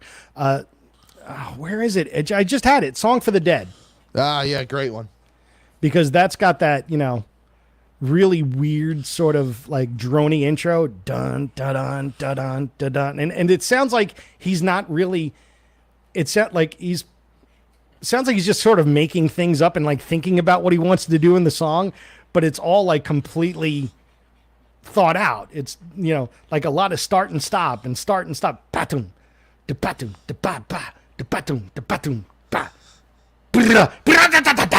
and just goes off. Yes. So yeah, I mean, for me, that's a great killer tune from that album. So, Song for the Dead from Songs for the Deaf. Yeah, it's confusing. from Queens of the Stone Age. But Who played drums on that track, Mike? I don't know, but Siri just started playing music off my phone. I don't know who Mi Porto Bonito is. Oh, wait. they're the house band at La Casa Garcia, Mike. Ah, that's right. Where's my 5-pound burrito? But again, with Grohl, you can go any number of ways. I mean, any of the stuff that he did with Nirvana, any of the stuff that he did when he played the drums for Foo Fighters, when he was doing all those recordings. But as far as stylistically and sheer, blunt force trauma, that Queens of the Stone Age album, his drumming is top notch. It's without a doubt great. Man, how many more are we doing? Because I've got such a list here, and I don't want to skip. There's a couple I don't want to skip. Keep going. Do the ones you don't want to skip. Okay. All right. Here's a guy I don't think gets enough praise, and we hear him a lot in Michigan, but I think he's underrated elsewhere, and that's Don Brewer of Grand Funk Railroad. Great drummer. Super, he looks like a giant behind the drums because he was like 6'2", and then he had a 6-foot afro on top of his head. But Like Fletch. He's another guy singing lead vocals while he's playing the drums, how he plays them. My picks for him are You Ready?, the opening track from Grand Funk Live. And, of course, we're an American band. The intro fill, one of the most iconic drum fills there is. Yep. The cowbell into the fucking... Yes. Paul McCartney's got a great story. We were standing side stage and we were watching Grand Funk. And they did... Of course, that's always their last song, and they're playing it. Or Don starts the tune, and he does the fill. And he gets to the bop bop. And in that split second before the guitar came in, Goldfish went, nailed it. He said, nailed it. And Don Brewer looked right over at us and was like, he was like, you're damn right I nailed it. I wrote that motherfucker. Nice. Good call. Next up for me, I just totally forgot who it was. Where's my list? Jerry Leica, absolutely foot stomping music. Hell of a rock shuffle on that one. There you go. Where did it go? I literally... No. Oh, yeah, there it is. Okay, so I went metal with this pick. And because he has a very long history, not just in his current band, but in bands of years gone by. Amazing drummer in his own right, especially considering who he was playing with in the band that he got known for, because you got to keep up with the musicianship of Paul Gilbert and Bruce Bouillet and Juan Aldreddy. And that band was Racer X, and the drummer was Scott Travis. Yes. Now, Scott Travis, amazing metal drummer. I mean, the guy is the human metronome when it comes to metal. Incredible double bass technique. And as much as I wanted to pick Scarified, I will put Scarified on there. It's not like the best drum track. It's just a fun track to listen to, especially if you're into like shredder music, because everybody on that song plays like balls out that entire song. But Painkiller by Judas Priest, I mean, that set the tone. I mean, you knew there was a new drummer in the band. The minute you put the needle down on that record, it wasn't Dave Holland anymore. It was that's like, for sure. That's not that guy. That's not that guy with the mustache. Something is very different here. And you want to talk about tall. I mean, like, I think there's some sort of like strange tall drummer club with like Scott Travis and Danny Carey and Don Brewer and Bron and like all these guys that are like, like all these guys are like super tall. Like they're like 6'4" on average. Yeah. Like, do you need to be tall to be a drummer? No, but it allows you to hit drums up here and down here and over here without moving from your stool. So, yes. So Scott Travis, from currently of Judas Priest and formerly of Racer X. That was my. God, he's been in Judas Priest like almost 40 years at this point. 91. Yeah, so yeah, 31 years. 31. Yeah, it's been a long time. I mean, think about it. And they were in for 20 years prior to that. Yeah, they're old. The only people older are the Scorpions.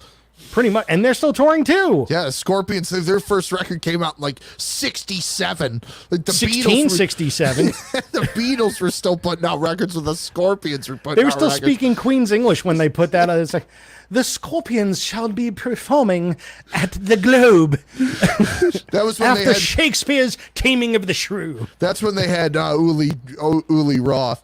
Who is about 1,600 years and still wearing the same fucking headband. Yes.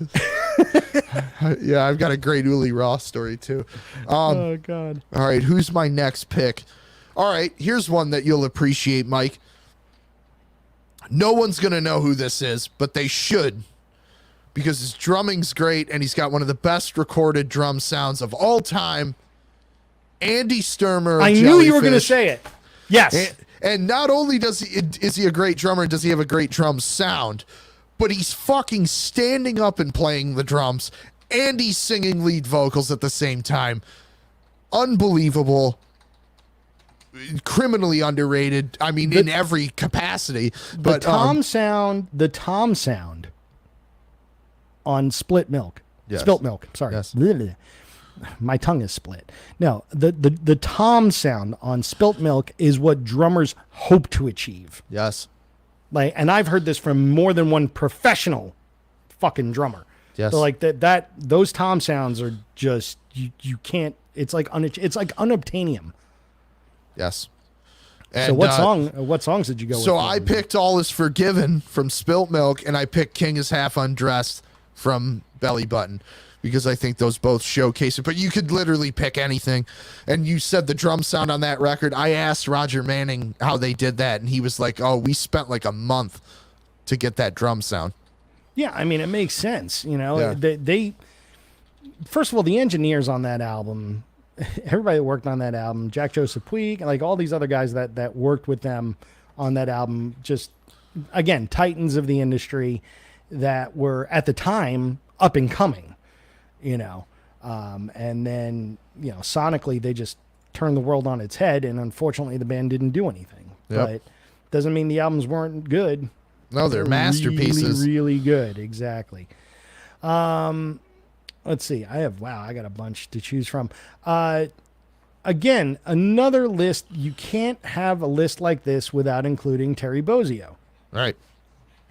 And Terry, I mean, as far as, you know, his history, I mean, everything from Zappa, Missing Persons, UK, and everything else in between, you know, actually he's been known more for clinics than anything else over the past 30 years.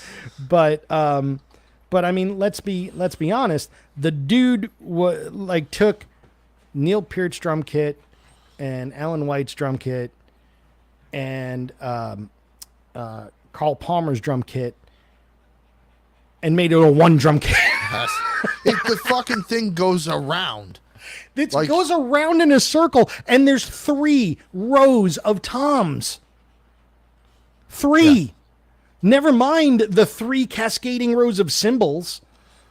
Like, how long does it take to build that damn kit? Could you imagine being his roadie? No, that's probably a very thankless job, to be fair. Whoever his drum tech is doesn't get paid enough. You know that. Absolutely not. Definitely does not get paid enough. 100%. Because, I mean, if you have that many drums, my Lord. Oh, yeah, it's ridiculous. But you're right. He's absolutely amazing. I mean, just his work with Zappa alone is just... yeah, and that's where I'm going with it. So if you want to reference Terry Bozzio, for me, Baby Snakes, all the live stuff, Titties and Beer. Yep. He's singing co-lead while wearing a mask and a Speedo. Yep. And playing and all of that. Either that or Punky's Whips. Or if you want to see his skill in full force, the Black Page. Yeah. Yep. Black Page is, forget it. That's like one of those impossible. It is impossible. It's impossible in the fact that the only person that it's even slightly possible that they be able to play it is Terry Bozzio. Yeah, pretty much. And his son's a pretty good drummer too. So. Yep. All right, you're up. How many do I got left?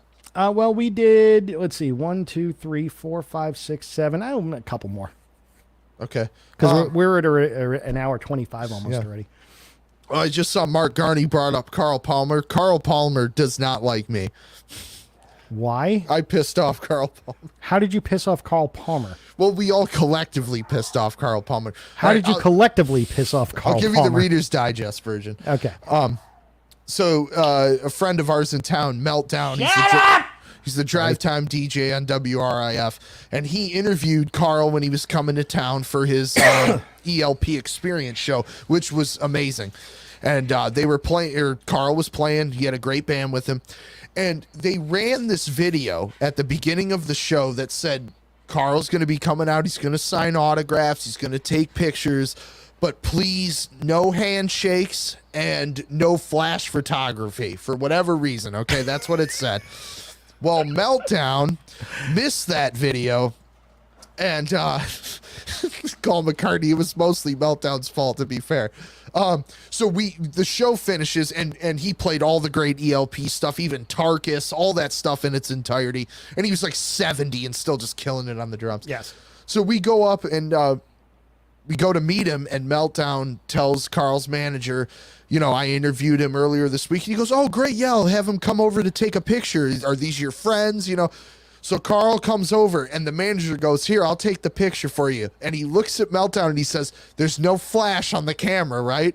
And Meltdown's like, no, because there never is. But it was one of those things, I think, where it was on auto because we were in a dark bar and the flash went off. And Carl Palmer was like, what the fuck? He got super mad. And the manager hands Meltdown his phone back. He goes, here you go. Thanks a lot.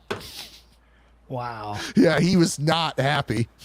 I don't like flash. Yeah, for whatever reason. So I'm blind. I can't play drums because they saw flash. Oh no! So I love Carl Palmer. Nigel, I can't play drums. I love Carl Palmer as a drummer, but I don't think he likes me. That guy Nick, what an asshole! All right, he likes flash. I'm gonna go with shit. I've got one underrated guy, and then I've got 4 people I have to mention. All right, well, let's go because time's running short. My last underrated guy that I think does not get enough praise, fucking amazing drummer, Brian Downey of Thin Lizzy. Okay. Great incredible, great feel, great shuffle, great groove, great everything. The 2 tracks to hear this, Emerald, of course, with the crazy hi-hat beat going on. And then if you want to hear where every metal drummer stole everything, Massacre by Thin Lizzy. Massacre. Nice. Yeah, Brian Downey's a legend. Yes. Just a legend. All right. So I went with John... oh, no. There's so many people on this list, and I'm now I have to get to the point where I'm getting like, you got to get a little more, particular. Okay. Yeah, I'm going to do this one because, well, I got 2. All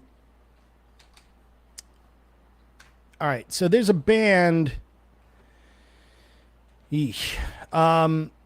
that most everybody here has not heard of. I guarantee it. Okay. The band is called Cephalic Carnage. Yeah, I haven't heard of that. They play ballads. The drummer, John Merriman, is outstanding. He is by far, I don't understand how people can play like this. Okay? He's one of those guys all right, if I had to explain Cephalic Carnage, yeah, they're death metal, but they're like jazz death metal. Like they change time signatures every 5 seconds. Wow. Yeah, I mean, it's all over the place. And how he's able to keep up with all these beats while when he's playing live, he just looks he looks like some bald nerd with glasses, and it doesn't even look like he's moving.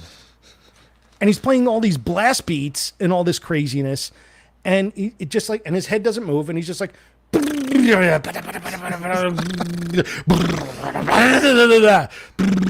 and in his head is just there. It's just like built. He's like, I need a sandwich. So yeah, I mean it's a little bit of an esoteric pick, but he is absolutely incredible. And if you're looking for drumming prowess, maybe not the style of music you're into, okay? I guarantee that. But if you listen to a song called Hybrid or a song called Jihad, either of them by Cephalic Carnage, those are the two I'm going with, they're brutal. I mean, as far as songs, they are fucking brutal, but you have to respect the drumming.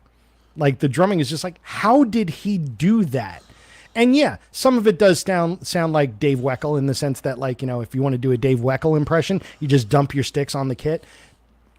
It's kind of like that in a way. Yes. Like, how does he hit every drum all at once? You're not sure, but that's kind of what he's doing, and it's amazing because it's artful. So that's my next pick. I am completely unfamiliar, but that sounds amazing. It so actually I'll check it is. Yeah. Before I get to my pick, I just have to give a shout out here.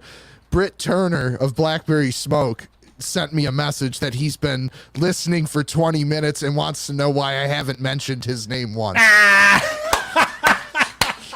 Because I'm going to do it because he likes me more than you. Yeah, right.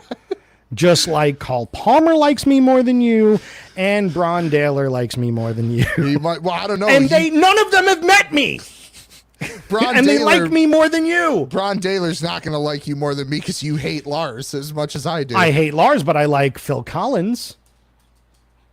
Do you, though? Do you really? A little. Well, Britt's a killer drummer. I picked up Abacab. And I'm a huge fan, as he knows. So, Britt, if you're still watching, he might have gave up because I haven't said his name yet. You know what, Britt? I would give up on Nick as well. Why does he want to join us for the last couple of minutes here? I mean, why not? You know, he's more than welcome to. Let me send him a message. There you go. I'll send him the link, or you could send him the link. I'll say, if you want to get involved, because I'll extend the fucking show. I don't care. Special guests always win. In the meantime, you have to talk about this. I think anybody playing drums in rock and roll was influenced by him. Ringo. He's the most important pick in a lot of ways. So the tracks, Ticket to Ride, of course, and Wanna Be Your Man, because he's singing on it as well as drumming. No, you're just crazy. Gonna sigh heavily. Don't sigh, because we talked earlier about even Lars has to get his due for how many people he influenced to play the drums. There is nobody that is responsible for more people playing guitar, bass, or drums than the fucking Beatles. Look, yes. You're right. Ringo is probably the singular most overrated drummer, though, on the fucking planet. No, he's not. Second to Lars. No, the most. Yes. Nah, we're not going to get into this. Yeah, we are. And the most what was the overrated. other? I have Ticket to Ride. What was the other one? Wanna Be Your Man. Oh, I Want to Be Your Man. All right. So here's my reasoning behind it. As the Beatles progressed let's just say that throughout their career, Ringo got worse. No, he didn't. Yeah, he did. No, he didn't. He was totally in the pocket and had that great swing early on, those first 3, 4, 5 years. Absolutely. At the end of the Beatles, Paul McCartney was a better fucking drummer than Ringo. Don't even start. Let's just go to your next pick. No, he wasn't. Oh, stop it. Stop it. Who's that drummer? I'm tired of everybody giving this Ringo worship. It's over. He's fucking great. He's not. Yes, he is. No, he's not great.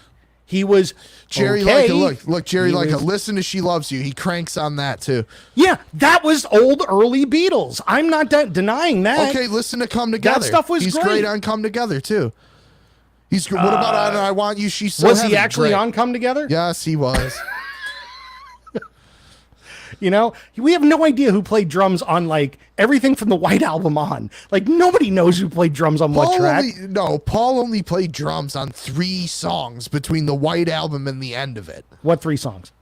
Birthday, Back in the USSR, and then Maxwell Silverhammer, I think. on Three Abbey Road. great drum songs. Probably three of the better drum songs from that era. Yeah. Birthday's really a cranking drum track. You're right. Ringo couldn't do it. Ringo could do it. He had No, quit he the didn't band. do it. Look, before you start ragging on Ringo, have your Beatles knowledge lined up. Don't start trying to square off with me with Beatles knowledge, okay? Well, you saying that I don't know Beatles? You do know Beatles, but you don't know it like I know it. Well, it says you. You know it from the world It's a according lifestyle. to fucking Nick. It's a lifestyle. Nick's Bible. I wrote it, therefore I know it. You're going to be really unhappy with the next person I pick. Go ahead. Oh, Jesus fucking Christ. Where's Britt? He coming on? We need a referee.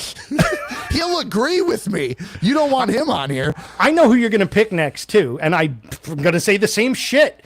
So, who else I fucking got? Hang on. Roger! Shut up! See, even he's saying Ringo sucks really loud. No, he's not. Yeah, he is. At least that's how. Oh, you know who's the best drummer of all time? The drummer of the Steve Miller Band. Oh, God. Who do you even know his fucking name? He sucks. Bob Jones Smith person thing. I have no idea who it is. Let's see. Let me go through my list here. Wow, we used a lot of them. Because you took half the ones I had too, but I knew that was going to happen. Right. This one's definitely in my wheelhouse. Look what put Britt's comment up. Where is he? Oh, there he is.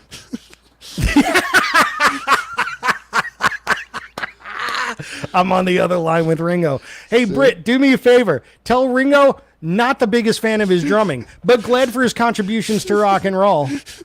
I'll take that. I'll give him that much. Britt and I have had this conversation. And Britt probably agrees with me. No, he doesn't. He should. He's a Ringo fan. Yeah. Both of you fucking drummers. All right. So again, going with, I mean, there were a couple of people that I wanted to pick that I'm not picking. Like, I wanted to go with Alex Van Halen, but no. Was he right for Van Halen? Yes. Oh, Was he Alex right? Van Halen's a killer drummer. He was one of the people I wasn't going to mention, but but I'm not either. On Alex. I'm not ragging on Alex Van Halen. I'm just saying, like, there are other drummers that I was thinking about putting them on my list. But I'm trying to think of, like, more impactful in a sense. Jesus Christ. No. You call Stuart Copeland. Don't call the actual police. Call Stuart Copeland and have him stop me. You just watch. Britt. You just watch. I was gonna put you up on the best drummer list, but now. Anyway. So again, I'm not saying that Alex Van Halen's a bad drummer. I'm just not putting him on the list right now. Okay. Was he influential? Yes. Could he have done, like, I try to think, like, was he great for Van Halen? Yes. Would he have done justice to any other band if he was in it? It'd be kind of different. It's sort of like the Omar Hakeem if he was in Rush. It's like, does he have the chops to do it? Yes. Would it be the same? Not taking anything away from either one of them. It's just that I can't see him outside of what he was doing. But at the same time, does he deserve credit? Absolutely. Did he make a lot of people pick up drumsticks? Yes. Yeah. Absolutely. You know who else made people pick up drumsticks and an extra double bass or an extra bass drum? Dave Lombardo. Yeah. Dave Lombardo from Slayer. How about Mccartney referring to him as AVH? Well, I mean, yeah, he's Alex Van Halen. I know, but everybody always says EVH and then Alex Van Halen. I've never heard anybody call him AV. But he's Gall McCartney, so Yeah, I mean, that's true. What do you expect? But yeah, I'm going with Dave Lombardo. Okay. Dave Lombardo. Now, as far as like what songs, Anything. pretty much anything on Rain and Blood and Seasons in the Abyss, the song. Because it's one thing to be able to play super fast all the time. It's another thing to be able to do it tastefully as well. And Yes. Seasons in the Abyss, he creates an atmosphere and he just sits back and lets the music do its thing. And not every drummer can do both of those things. No. which is why I give him a lot of credit for what he does. So yeah, Dave Lombardo for me. Your turn. Oh, and let's make this one the last one because we're running really long. And Britt called the police. So. I need two more at least. All right, this one more and then the final, and then that's okay. it. All right, one more is Ian Pace of Deep Purple. I was waiting when that was happening. Well, these are my last two. There you go. Ian Pace of Deep Purple, the king of speed, the king of rolls, the king of fucking metal drumming. Lefty. The two tracks, Pictures of Home from Machine Head, but then the ultimate Ian Pace track, Burn. Without question, the whole fucking song's a drum solo. He is top tier. He's one of the best of all time, and I have him tattooed on my fucking body. Yes, you do. Ian Pace is an absolute hero, and I think he belongs on the Mount Rushmore of rock drumming.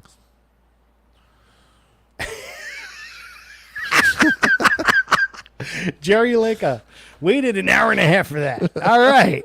About time, Nick. And Dennis says Fireball. That's a great one, too. Fireball was going to be my choice, and then I went with Burn. Yeah. Yes. So 2 picks left.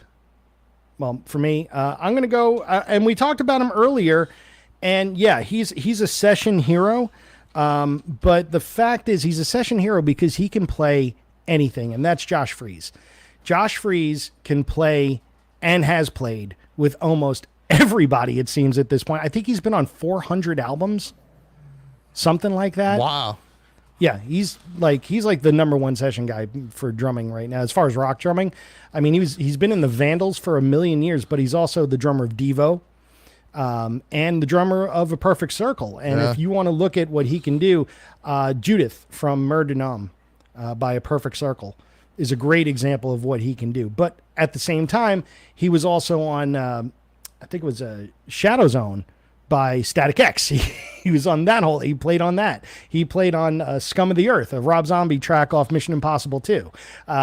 He's done a lot of things that you don't know that were him. Yeah. It was credited to other people because other people were in the band, but he was the guy who came in and did all this. So yeah, Josh Freese, it's funny. In my time seeing bands, I think I've seen Josh in like 8 different bands live at one time or another because they needed a drummer.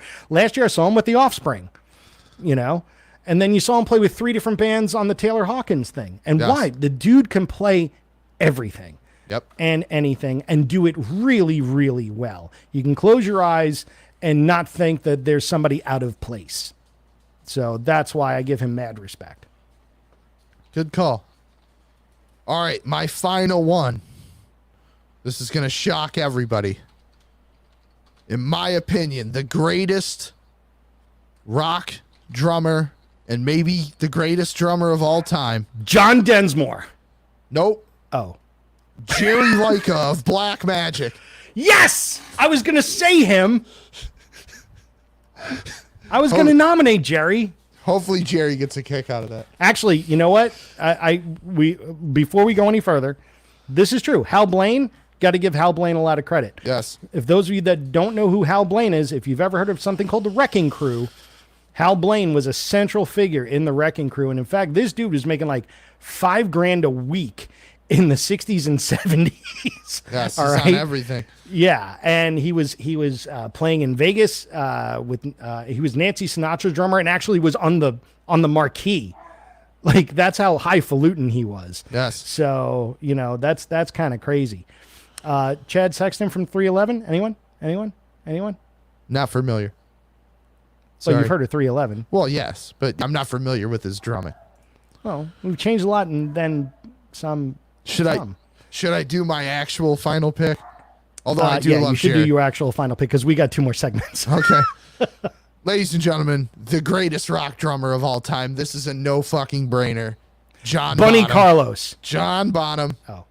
I love Bunny Carlos though too. He was also on my list, but we just ran out of time. But Yes. John Bonham. Yeah. No doubt about it. Yep. To me, the drumming, he's one of those guys where the instrument was one way and then he fucking played the drums and it changed the entire world. After all these years of studying and listening and attempting to replicate the things that he does, I still find myself hearing things where I go, how did he even manage to do that? And, did all of that before the age of 32, just completely game changed the drumming, game changed how drums were recorded. And, I think he is the barometer in which all rock drumming is measured. I know some people like to try and be cool, like the same people that say they don't like the Beatles and the same people that say, oh, John Bonham's overrated. John Bonham is not overrated. He is fucking mind-blowing, phenomenal, fantastic. There will never be another. There won't be anybody that comes close. And, I think we should all be very grateful that a guy like that came along. So anytime when you talk about drumming, I think he's the ultimate person. And there's so many great drummers, as we talked about. And like you said at the beginning of this segment, Mike, it's not about who's the best. Yeah. But I think if somebody puts a gun to your head, there's one answer, and it's John Bonham. Yeah, if anybody disagrees with that as like a top 1 or 2 pick of greatest rock drummers ever, if you disagree with that, there's something really fucking wrong with you. Yes. I'm sorry, because there are 2 drummers in my mind that made everybody pick up their sticks in general.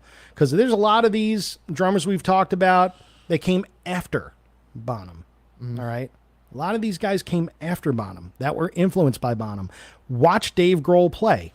Tell me he was not influenced by John fucking Bonham. Yep. All right. Watch Sailor Hawkins.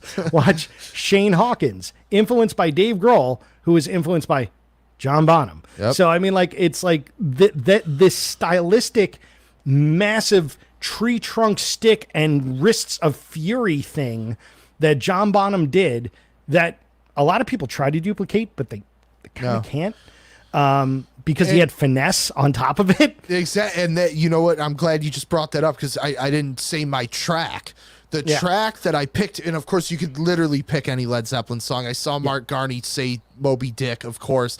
Yeah. There's so many great ones. I talked about In My Time of Dying a couple weeks ago. Yep. Amazing drumming. But to me, what showcases the greatness of John Bonham is the drum track from Rock and Roll. Because if you want to talk about finesse and you want to talk about power and doing something that sounds so simple that nobody can replicate how he's doing it, the drum track from Rock and Roll is a mind blower. And there's an isolated track of it on YouTube. And I encourage everybody to go listen to it because you will hear instantly that what is giving that track everything is what John Bonham is doing on the kick drum. Yep. And the fact is that you watch how many bands cover the song, all right? Whether it be recorded live or whether it be in a bar or whether it be on YouTube, and they all get it wrong. Yep. Every last one of them. Yep. They all get it wrong. Yes. So, there's just one person that could play that song right, and he's dead. Yep. And his name was John Bonham. Yes. So, let's give credit where credit is due. John Bonham, was just undeniable. That's all you can say. I mean, just a powerhouse of energy. Keith Moon was not mentioned. Tons of credit for Keith Moon. He was in the intro video. Keith Moon, I didn't mention for several reasons. Not because he wasn't a good drummer, but because he wasn't a good drummer.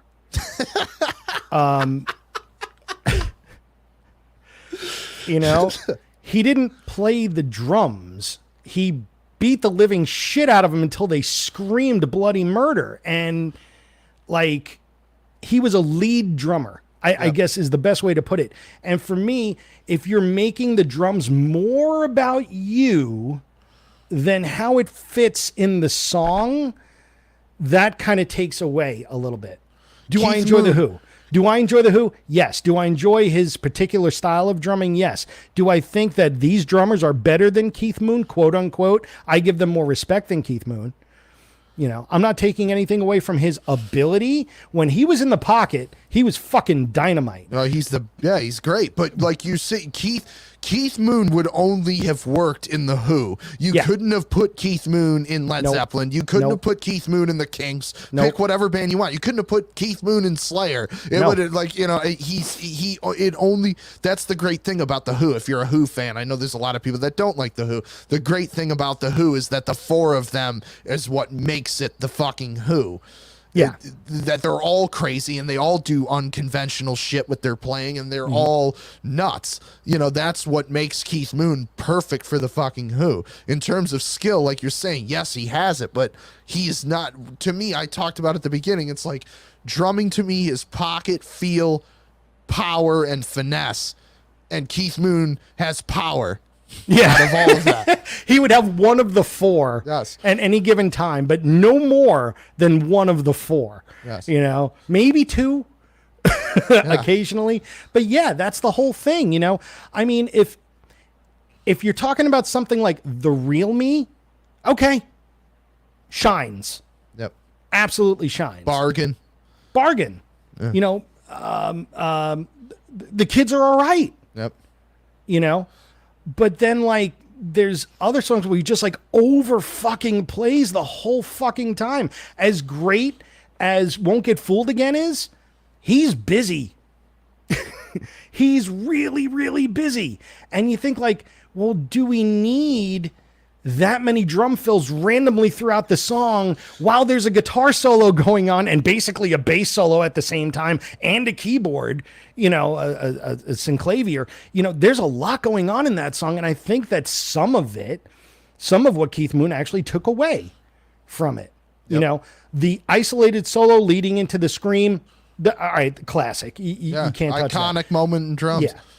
But, you know, if you're a lead drummer, you know, like you're making the song more about you than the sum of its parts. So that's why I did not put Keith Moon on my list. So. Me either. I didn't put him on my list either. Cool. Well, my last pick. Tommy Aldridge. That's a great pick. That Jerry. was, yeah. Oh, that wasn't my pick. Oh, Jerry. Yeah. Tommy Aldridge is great, but he overplays too. You know what, though? I agree and I disagree on that one because Tommy plays to the level of band that he's in. Because if you listen to like Black Oak, Arkansas, he didn't really do that. And Whitesnake, he totally did it. Yeah. You know, but it's depending on who he's playing with. So he's one of those chameleon-esque kind of players as well that can play with, I mean, look, the guy played with Ozzy, Black Oak, Arkansas, Whitesnake, Ted Nugent. Like, name the list is as long as your arm plus your fingers plus somebody else's arm of who he played with. So, you know, he's really, really, you know, just a classic drummer. And he's about 106 years old at this point and still playing and still has one of the greatest froze in rock. Definitely has one of the greatest froze in rock. Yes. Second only to Don Brewer. Yes. Yes. But as far as my last pick, to sum all this up, if, you know, we didn't mention him because, you know, at the beginning of this, before we did this, I said, Nick, I'll give you Bonham if you give me Neil Peart. And that was the agreement. And Neil Peart is my final pick. And again, as we were talking about with Bonham, if you don't pick Bonham as one of the top two, there's something very wrong with you. And if Neil Peart isn't the other one of those two, there's something twice as wrong with you. Again, there's no best. All right, there's no best. Do I prefer Neil Peart, whatever you want to fucking say, Neil Peart's playing over John Bonham? Yes, but that doesn't mean that Bonham's playing is bad. Bonham's playing is fucking awesome. Rush is my favorite band. And there's a reason why Rush is my favorite band. I don't have a Neil Peart tattoo, okay? And I won't. All right, but that is a badass tattoo. All credit to Bob Tyrell, who hopefully is watching and will come on the show sometime. Yes. Let's see. Here we go. Britt Turner says, I will pay $500 for Tommy Aldridge's instructional video. You know why, Nick. Yeah. So if anybody out there has like the Hot Licks video or whatever it is that Tommy Aldridge did, you got a buyer. $500. Right there. If you call Britt's bluff, he probably will pay $500. Hey, if you pony up, you put it out there, you better pony up. Play a couple of extra, gigs and you make up the money real quick. There's a reason why this person is not on the list too. He was on my list, but we ran out of time. Yeah, well, there's a reason why he's not on my list. Yeah, there you go. So Neil Peart, stop it! It's my turn, you dick. Neil Peart was just inventive. I mean, there are a lot of other prog drummers, and there are a lot of other prog drummers that used different percussion within their kit, but nobody was as musical as Neil Peart with it. He really turned the drums into a true instrument. And never mind the fact that he was, blessed with, command of the English language and wrote 98% of the lyrics that Rush ever recorded. But the fact is that, he would hit these drums 1 million tons of pounds per square inch every night with blistering speed and a fluidity that is unparalleled. And then 25 years into his career decided to take drum lessons. That's the best thing about Neil Peart for me. That's my favorite thing, is he just said, well, I'm tired of how I've been doing it, so let me just relearn how to fucking play. Unbelievable. Yeah, and you knew that it was different. The first tour afterwards, he played almost strictly traditional grip for everything. And I guess he was just like, oh, wait a minute. Some of this stuff I should probably go with match grip. That's fine. Traditional grip is where you see, it's a very jazz style grip. Can you demonstrate what that would look like more or less? Pizza grip. I don't have a stick with me, or I would show you. A pen? I don't have anything that could. I can't do it with a Mick. When they talk about match grip, it's basically grabbing two drumsticks like this, essentially. Yes. When it's traditional grip, one hand is like this, kind of using it like a cantilever, leveraging your fingers and your wrist in a very different way to get more bounce. You see it a lot with Buddy Rich, all the jazz guys. Levon Helm was a big guy with the traditional grip who was also on my list. Todd Sucherman. Yep, Todd Sucherman's another one. Yeah, a lot of people, because apparently Buddy Rich's big thing was you get the speed with the traditional grip more than you do the match grip. Because you get the bounce. That. Yeah, exactly. And Buddy Rich also said the drums died when everybody's creative thing went to this. Buddy Rich was an asshole. He was, but he was one of the fucking best. He was. If there is a best, we have to be honest, it was Buddy Rich. Yeah. Because that guy did things that nobody else did before or has been able to do since. Yep. There is no Buddy Rich tribute that mimics anything he did. I mean, the guy would be like choking his hi-hat with his hand, with his left hand, while having a stick in it and hitting it underneath while hitting the top with the other hand, smoking a cigarette, and just doing this whole thing. And then it's just, you watch it and you go, how the hell did this guy do this? So is there any one, Buddy Rich is not on the list, not because he's not good. There's no one song that could illustrate how good he is. So putting a Buddy Rich song on is not going to do it. You need to watch a Buddy Rich video. You need to go on YouTube. You need to watch, especially even later in his career. He's wearing a full fucking tuxedo and doing a 10-minute drum solo and blowing everybody away. And then what you have to find is Buddy Rich screaming at his entire band on the tour bus. One of the classic lines from Seinfeld too. Which one? When George says, "I'd love to take you outside and show you what it's like." That's from the Buddy Rich tapes. Oh, there you go. So, but I mean, there was at one point Buddy Rich was playing with a broken arm.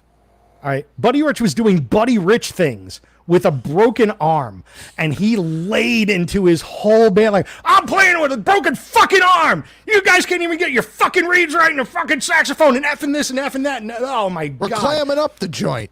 Clamming up the joint. What the fuck is wrong with you motherfuckers? Just totally. Now, the best Buddy Rich story I ever heard. Buddy Rich had passed away, and somebody from the band, or had been in the band, called his wife. Said, "Hi, may I speak with Buddy, please?" And she said, I'm sorry, buddy's passed away. I'm very, very sorry for your loss. Thank you. Hung up. Called back 5 minutes later. Can I speak with Buddy, please? She's like, he's passed away. Didn't you just call 5 minutes ago? He's like, yeah, I was just making sure. Oh, my God. My favorite thing about Buddy Rich is that he insisted on all of his signature kits having 2 floor toms. And if you watch any video of him, all the second floor tom is there for is to put his towel in his ashtray. Yeah. He never uses it. Was it tuned? Knowing him, I'm sure it was, but it's always just like the table for all of his shit. It's just sitting on the second floor. All right, well, my songs for Neil Peart, getting back to that again, yes. Which, by the way, Neil played with the Buddy Rich band during the Buddy Rich tributes and things like that and did a great job, amazing job. 2 examples that I'm going to give, both a little bit off the beaten path.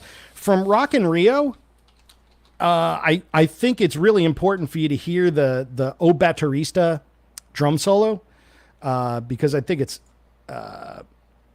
it's just amazing the way that he is able to play 3/4, like he's playing like a swing with his feet, but 7/8 with his hands, and then in and out of 4/4, and then playing along with the tracks to the Duke Ellington big band, and it's just an incredible drum solo. So that's being Neil Peart, basically. He's being very Neil Peart. But then as far as a straightforward song, Natural Science from Permanent Waves. Because Amazing. That track, the hi-hat work on that track is so fast. And he is just, I mean, again, it's every Neil Peart-ism there is in one song. And just absolutely amazing. So those are my 2. And that pretty much wraps it up as far as our drummer roundup. Now, we've gone 2 hours already. Yeah, that's ridiculous. So we need to get through Discovered and This Song Sucks and call it a day for everybody. And look, Patrick's a smart guy. He was listening to Rock in Rio earlier today. That drum solo was great. Absolutely. It's phenomenal drum solo. Pat must work late because he always pops in towards the end of the episode. Yeah, there you go. Or maybe he just doesn't want to listen to us. Well, I'm going to be honest. For this week, I didn't think of a cover. So I'm going to have to think of one while you're talking about one, because I don't have one. Okay. Well, my cover for this week's Discovered segment is a fantastic cover of No Matter What, the Badfinger song by Jellyfish. That's a good one. Talked about Jellyfish a couple of times this episode. We managed to talk about them almost every episode. Well, it's funny that you bring that up because now I know what I'm going to pick. Okay. So, I think I know what you're going to pick. Yep. But the reason why I wanted to spotlight this is it will be on the upcoming 7-inch box that we've discussed. It's the B-side to, I believe, Ghost at number 1, I think. Yeah, it's coming soon. I think. Yep. It's supposed to be on the water this month. Yes. Because it's coming from the Netherlands. So. Well, you know a lot about what's on the water. And how often that doesn't go as it should. Yeah, it doesn't go quite as planned. So it's supposed to be delivered in September, which means December of 2023. But we will see, and then we will talk about it at length. Yes. I'm sure of it. Yes. As far as me, I'm going to go on the same wavelength. I'm going to go Jet by Jellyfish. They do an incredible cover of Paul McCartney and Wings' Jet. Yes. And that is also on that box set. But you could see both of these songs back to back in one video recorded live in Germany on YouTube. Yep. So if you want to check that out, they start with Jet and then they go into No Matter What. And they just lay to waste both songs. In fact, I'm going to be honest, I like the version of Jet better. It's great. There's something about the energy of it that's just great.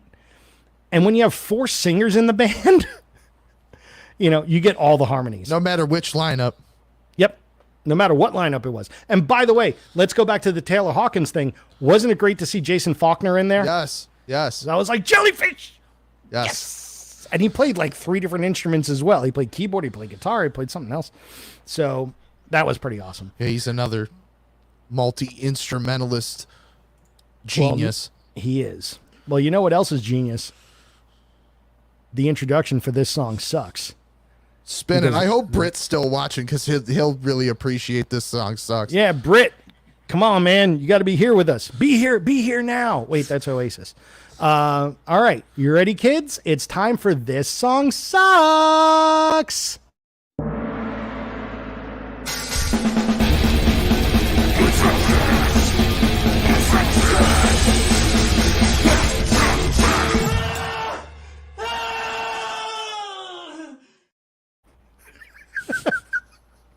It does not get old. No, in fact, that needs to be longer. Wait, let's do it again.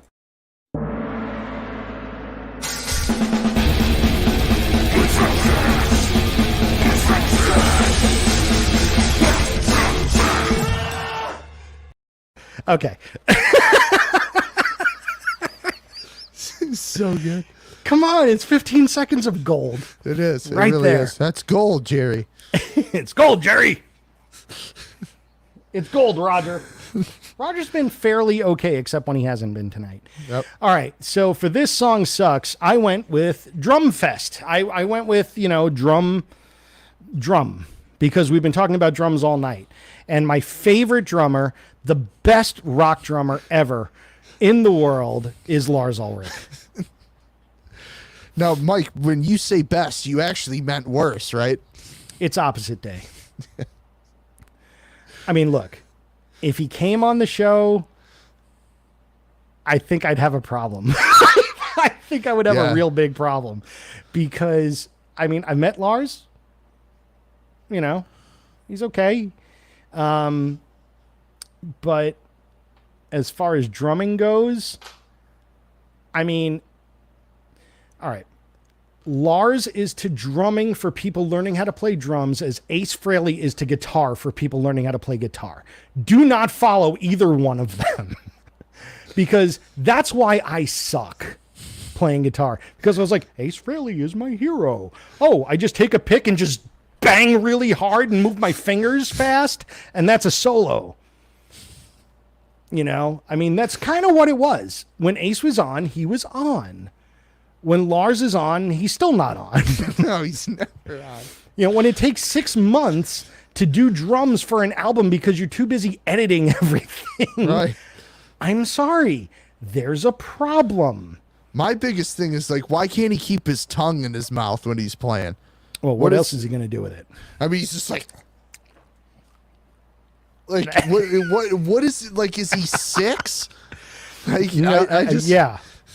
Could you imagine Lars Ulrich playing drums in a band for Joe Cocker? Right. The tongues and the And gesticulations and just everything that would be happening all at once with was it Verdine from Earth, Wind and Fire playing bass? Verdine, right? Yeah. Verdine White. Yeah. Just get the 3 of them on stage and be just like, forget it. It's like Tourette's Fest. No offense to anybody who has Tourette's, but I mean, that it would be that kind of deal. So anyway, wait, there's comments. Lars let's is see. literally the there we worst. go. See, Jellyfish is the best band in the world. Britt Turner, I knew I liked that guy. Yeah, he's right. He saw Jellyfish play at Rich Robinson's wedding. Wow. Yeah. That doesn't suck. No, that's Jeez. pretty amazing. That is pretty amazing. So, is there video? No, probably not, unfortunately. Probably not. Did they play Jet?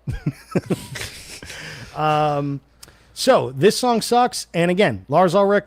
Well, hate are to you bring gonna him up? Yeah, you gonna give Hate an to bring him example? up. Yeah. Not only is this some of the worst drumming of all time, but by far the worst drum sounds of all time. Ladies and gentlemen, This Song Sucks presents Saint Anger. The song or the album? The whole album sucks. But that song, is the worst thing to happen to snare drum since the invention of the snare drum. Bob Rock should be drawn and quartered for even letting that happen, or listening to Metallica and being like, oh yeah, sounds good, guys. No, let's see, hang on, wait, let me count my millions. Thank you so much. Oh, I'm playing bass on this album, getting paid for songwriting credit. Oh yes, it's the best drum sound. No, we couldn't possibly do better. It's terrible. It's the worst. It's terrible. And I think I've even told the story before. Kerry King was over my house, a million years ago, and I had a banjo in my bedroom, and he went to go pick it up and play something, and he hit the top of a banjo as a snare head. He hit it, and it was like clang. He's like, wait, this is Saint Anger. Clang, clang, clang, clang, clang. And it sounded just like that damn snare drum. Yeah. So now I know the inspiration. But yeah. I don't know. That's one of the greatest mysteries of all time, is like how no one in their circle, no one at the label, Bob Rock, as you mentioned, no one said, hey, what the hell is going on with this? I mean, songs and bad riffs, and the best thing about St. Anger is there's no guitar solos from fucking Kirk Omelette, but Kirk Omelette. but that snare drum, oh my God, is it so bad? It's so abysmal, and that's, I mean, like, that's a failure on so many different fronts. Yes. It's not just one person. It's like everybody from Lars to Bob Rock to Kirk Omelette to James Hatrack and and everybody else in that band and their management and their record label not putting a stop to it. Yeah, it's awful. It really is just awful. It's and terrible. I mean, you could literally pick though any Metallica song and say it's got bad drumming on it, because there's no good example of Metallica drumming or Lars Ulrich drumming. Like, what about you as a drummer? Why are all of his accents on upbeats? It's like they come out of nowhere always. Like, listen, like their cover of Whiskey in the Jar. Dun, dun, psh, dun, dun, dun. Like, it's like immediately it's offbeat. It's what is like he thinking? It's the anti-Bonham. Yes. Like, Bonham always played a anti-drumming. little bit behind the beat. Just a little, like a hair behind the beat. And Lars is just like in front of everyone. Just put him in the audience. He wants to be that far in front of the band. Yes. God. He sucks. Breaking news, by the way. Breaking news. I have a confirmation for our show on 9/28. I thought it was We will be 21. joined. They can't do it then. Okay. 9/28. September 28th, 3 weeks from today, we will have the band Fuzzbubble joining us. Now, you say, who is Fuzzbubble? Fuzzbubble was the only rock band that Puff Daddy had signed to his label. And they are an incredible power pop band, and we're going to have a power pop summit and talk about Jellyfish and talk about Cheap Trick and talk about the Beatles and talk about XTC and talk about the whoever did Heartbeat is a Love Beat, the DeFranco family. And all those other power pop bands that deserve to be recognized, including Fuzzbubble, because they're actually reuniting. And they're doing some shows, and they're playing in New York on November 19th, opening up for Last in Line and Zebra. So that's going to be an interesting show. Tell me what you want, Zebra. Yep. Well, the Last in Line as well. I mean, that's everybody that was in Dio's band minus Dio. So yeah, I've actually shared the stage with Last in Line a couple of times. Well, look at you go. Is your name Lars Ulrich? No, I can tune my snare drum. Thank you very much. There you go. Fair enough. Hand built by Jerry Leica. Thank you. What's that? My snare drum's hand built by Jerry Leica. Nice. You didn't build mine. No. I don't Van have Halen tribute snare. Nice. It's got the EVH stripes all I was over going to it. say, is it like this long and it's made of plexiglass and has one? It's this round and has a dot and that's it. It's actually an octagon. Yes. All right. Well, that was my pick for This Song Sucks drum themed version. Nick, what you got? Oh wait, should I play the thing again to lead you in? Would that be all right? I think we need to do it one more time.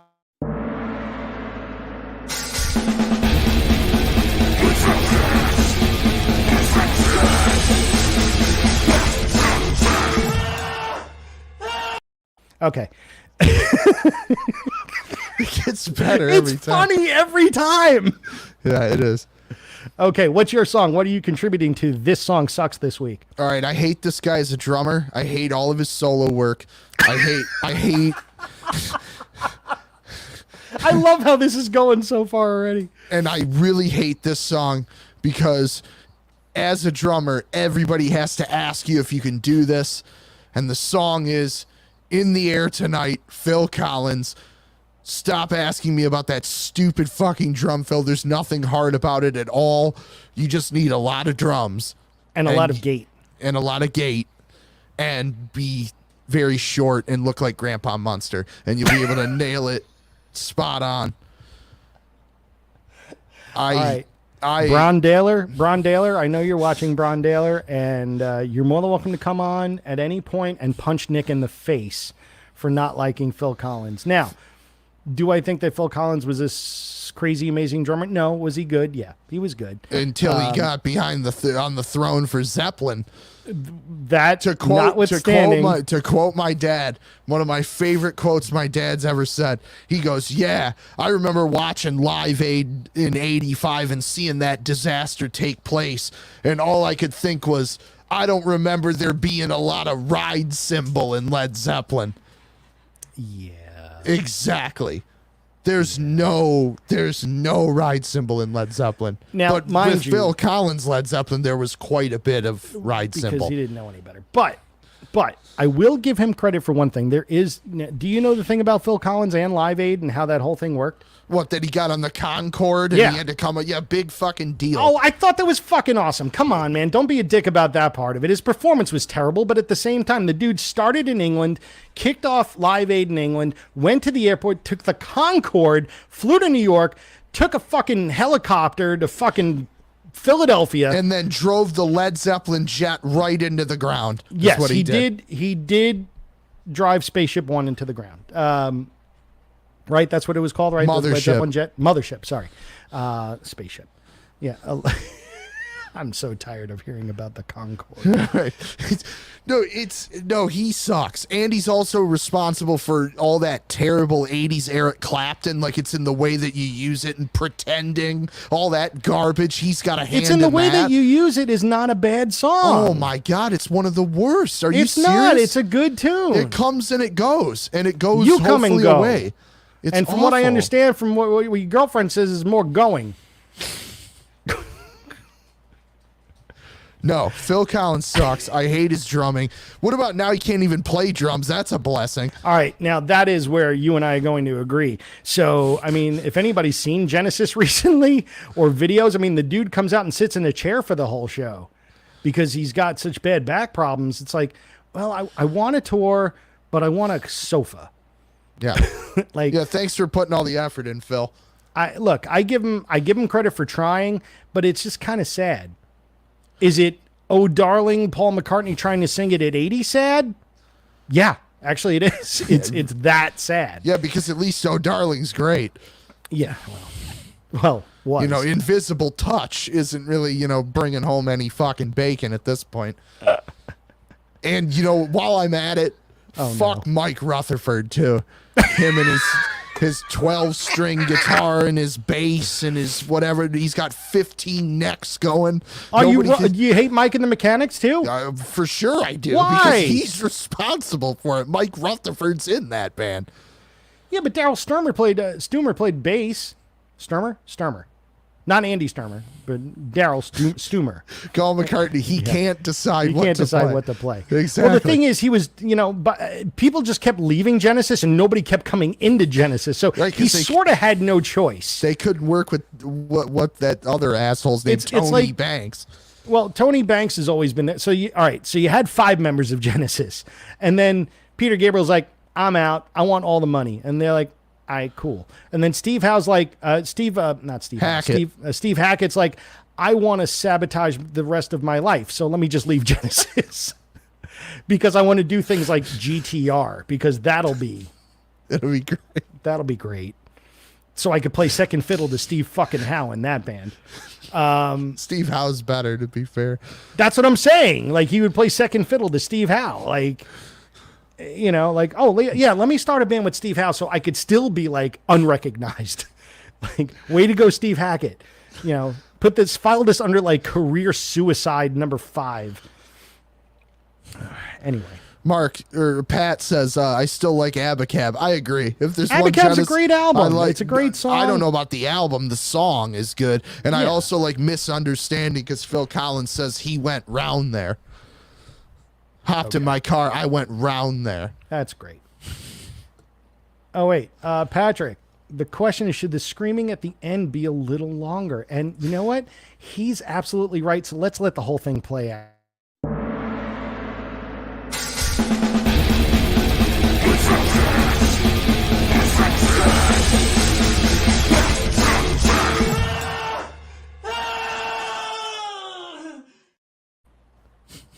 Feel better? Hope so. And if we want just the scream,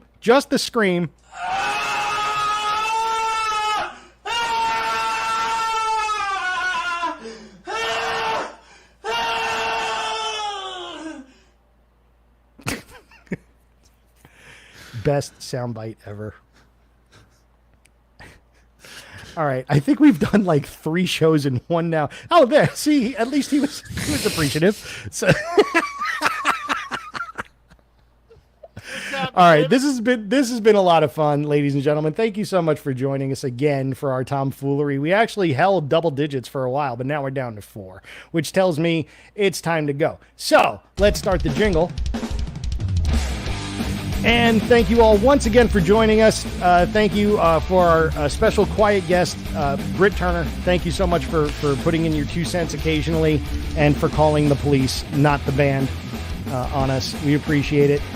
We'll be back in 2 weeks. Exactly what's going to happen in 2 weeks, I don't know. But in 3 weeks, we will have Fuzzbubble, power pop band Fuzzbubble, with us, joining us, talking about their couple of show reunion that they're doing. Nick, what store do you own? Rock City Music Company. And where can we find you? RockCityMusicCo.com. And where are you located? Livonia, Michigan. And do you have any sales? Got tons of sales. Great. Record sales, guitar sales, all that. Come see us. And we got a couple huge announcements coming up, so make sure you're paying attention. Are the announcements actually larger than the average announcement?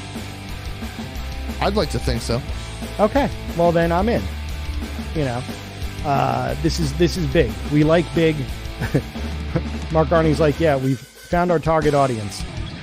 We have. And that target is now firmly on our back. So we're going to say goodnight to y'all. Thanks again for joining us. Remember, if you haven't done so, subscribe, hit like, all that other fun stuff here on YouTube. And also, if you want to check this out in about an hour or so, it'll be up. The audio version will be up on Apple Podcasts and Spotify. Are you making a playlist podcasts. too? Yeah, I'm going to make a playlist for this. I actually have a whole spreadsheet that I mapped out. So there'll be a playlist the next day or so. I still have to finish the other playlist from last week. I will do it. I promise. It's going to happen. It's going to happen. I promise.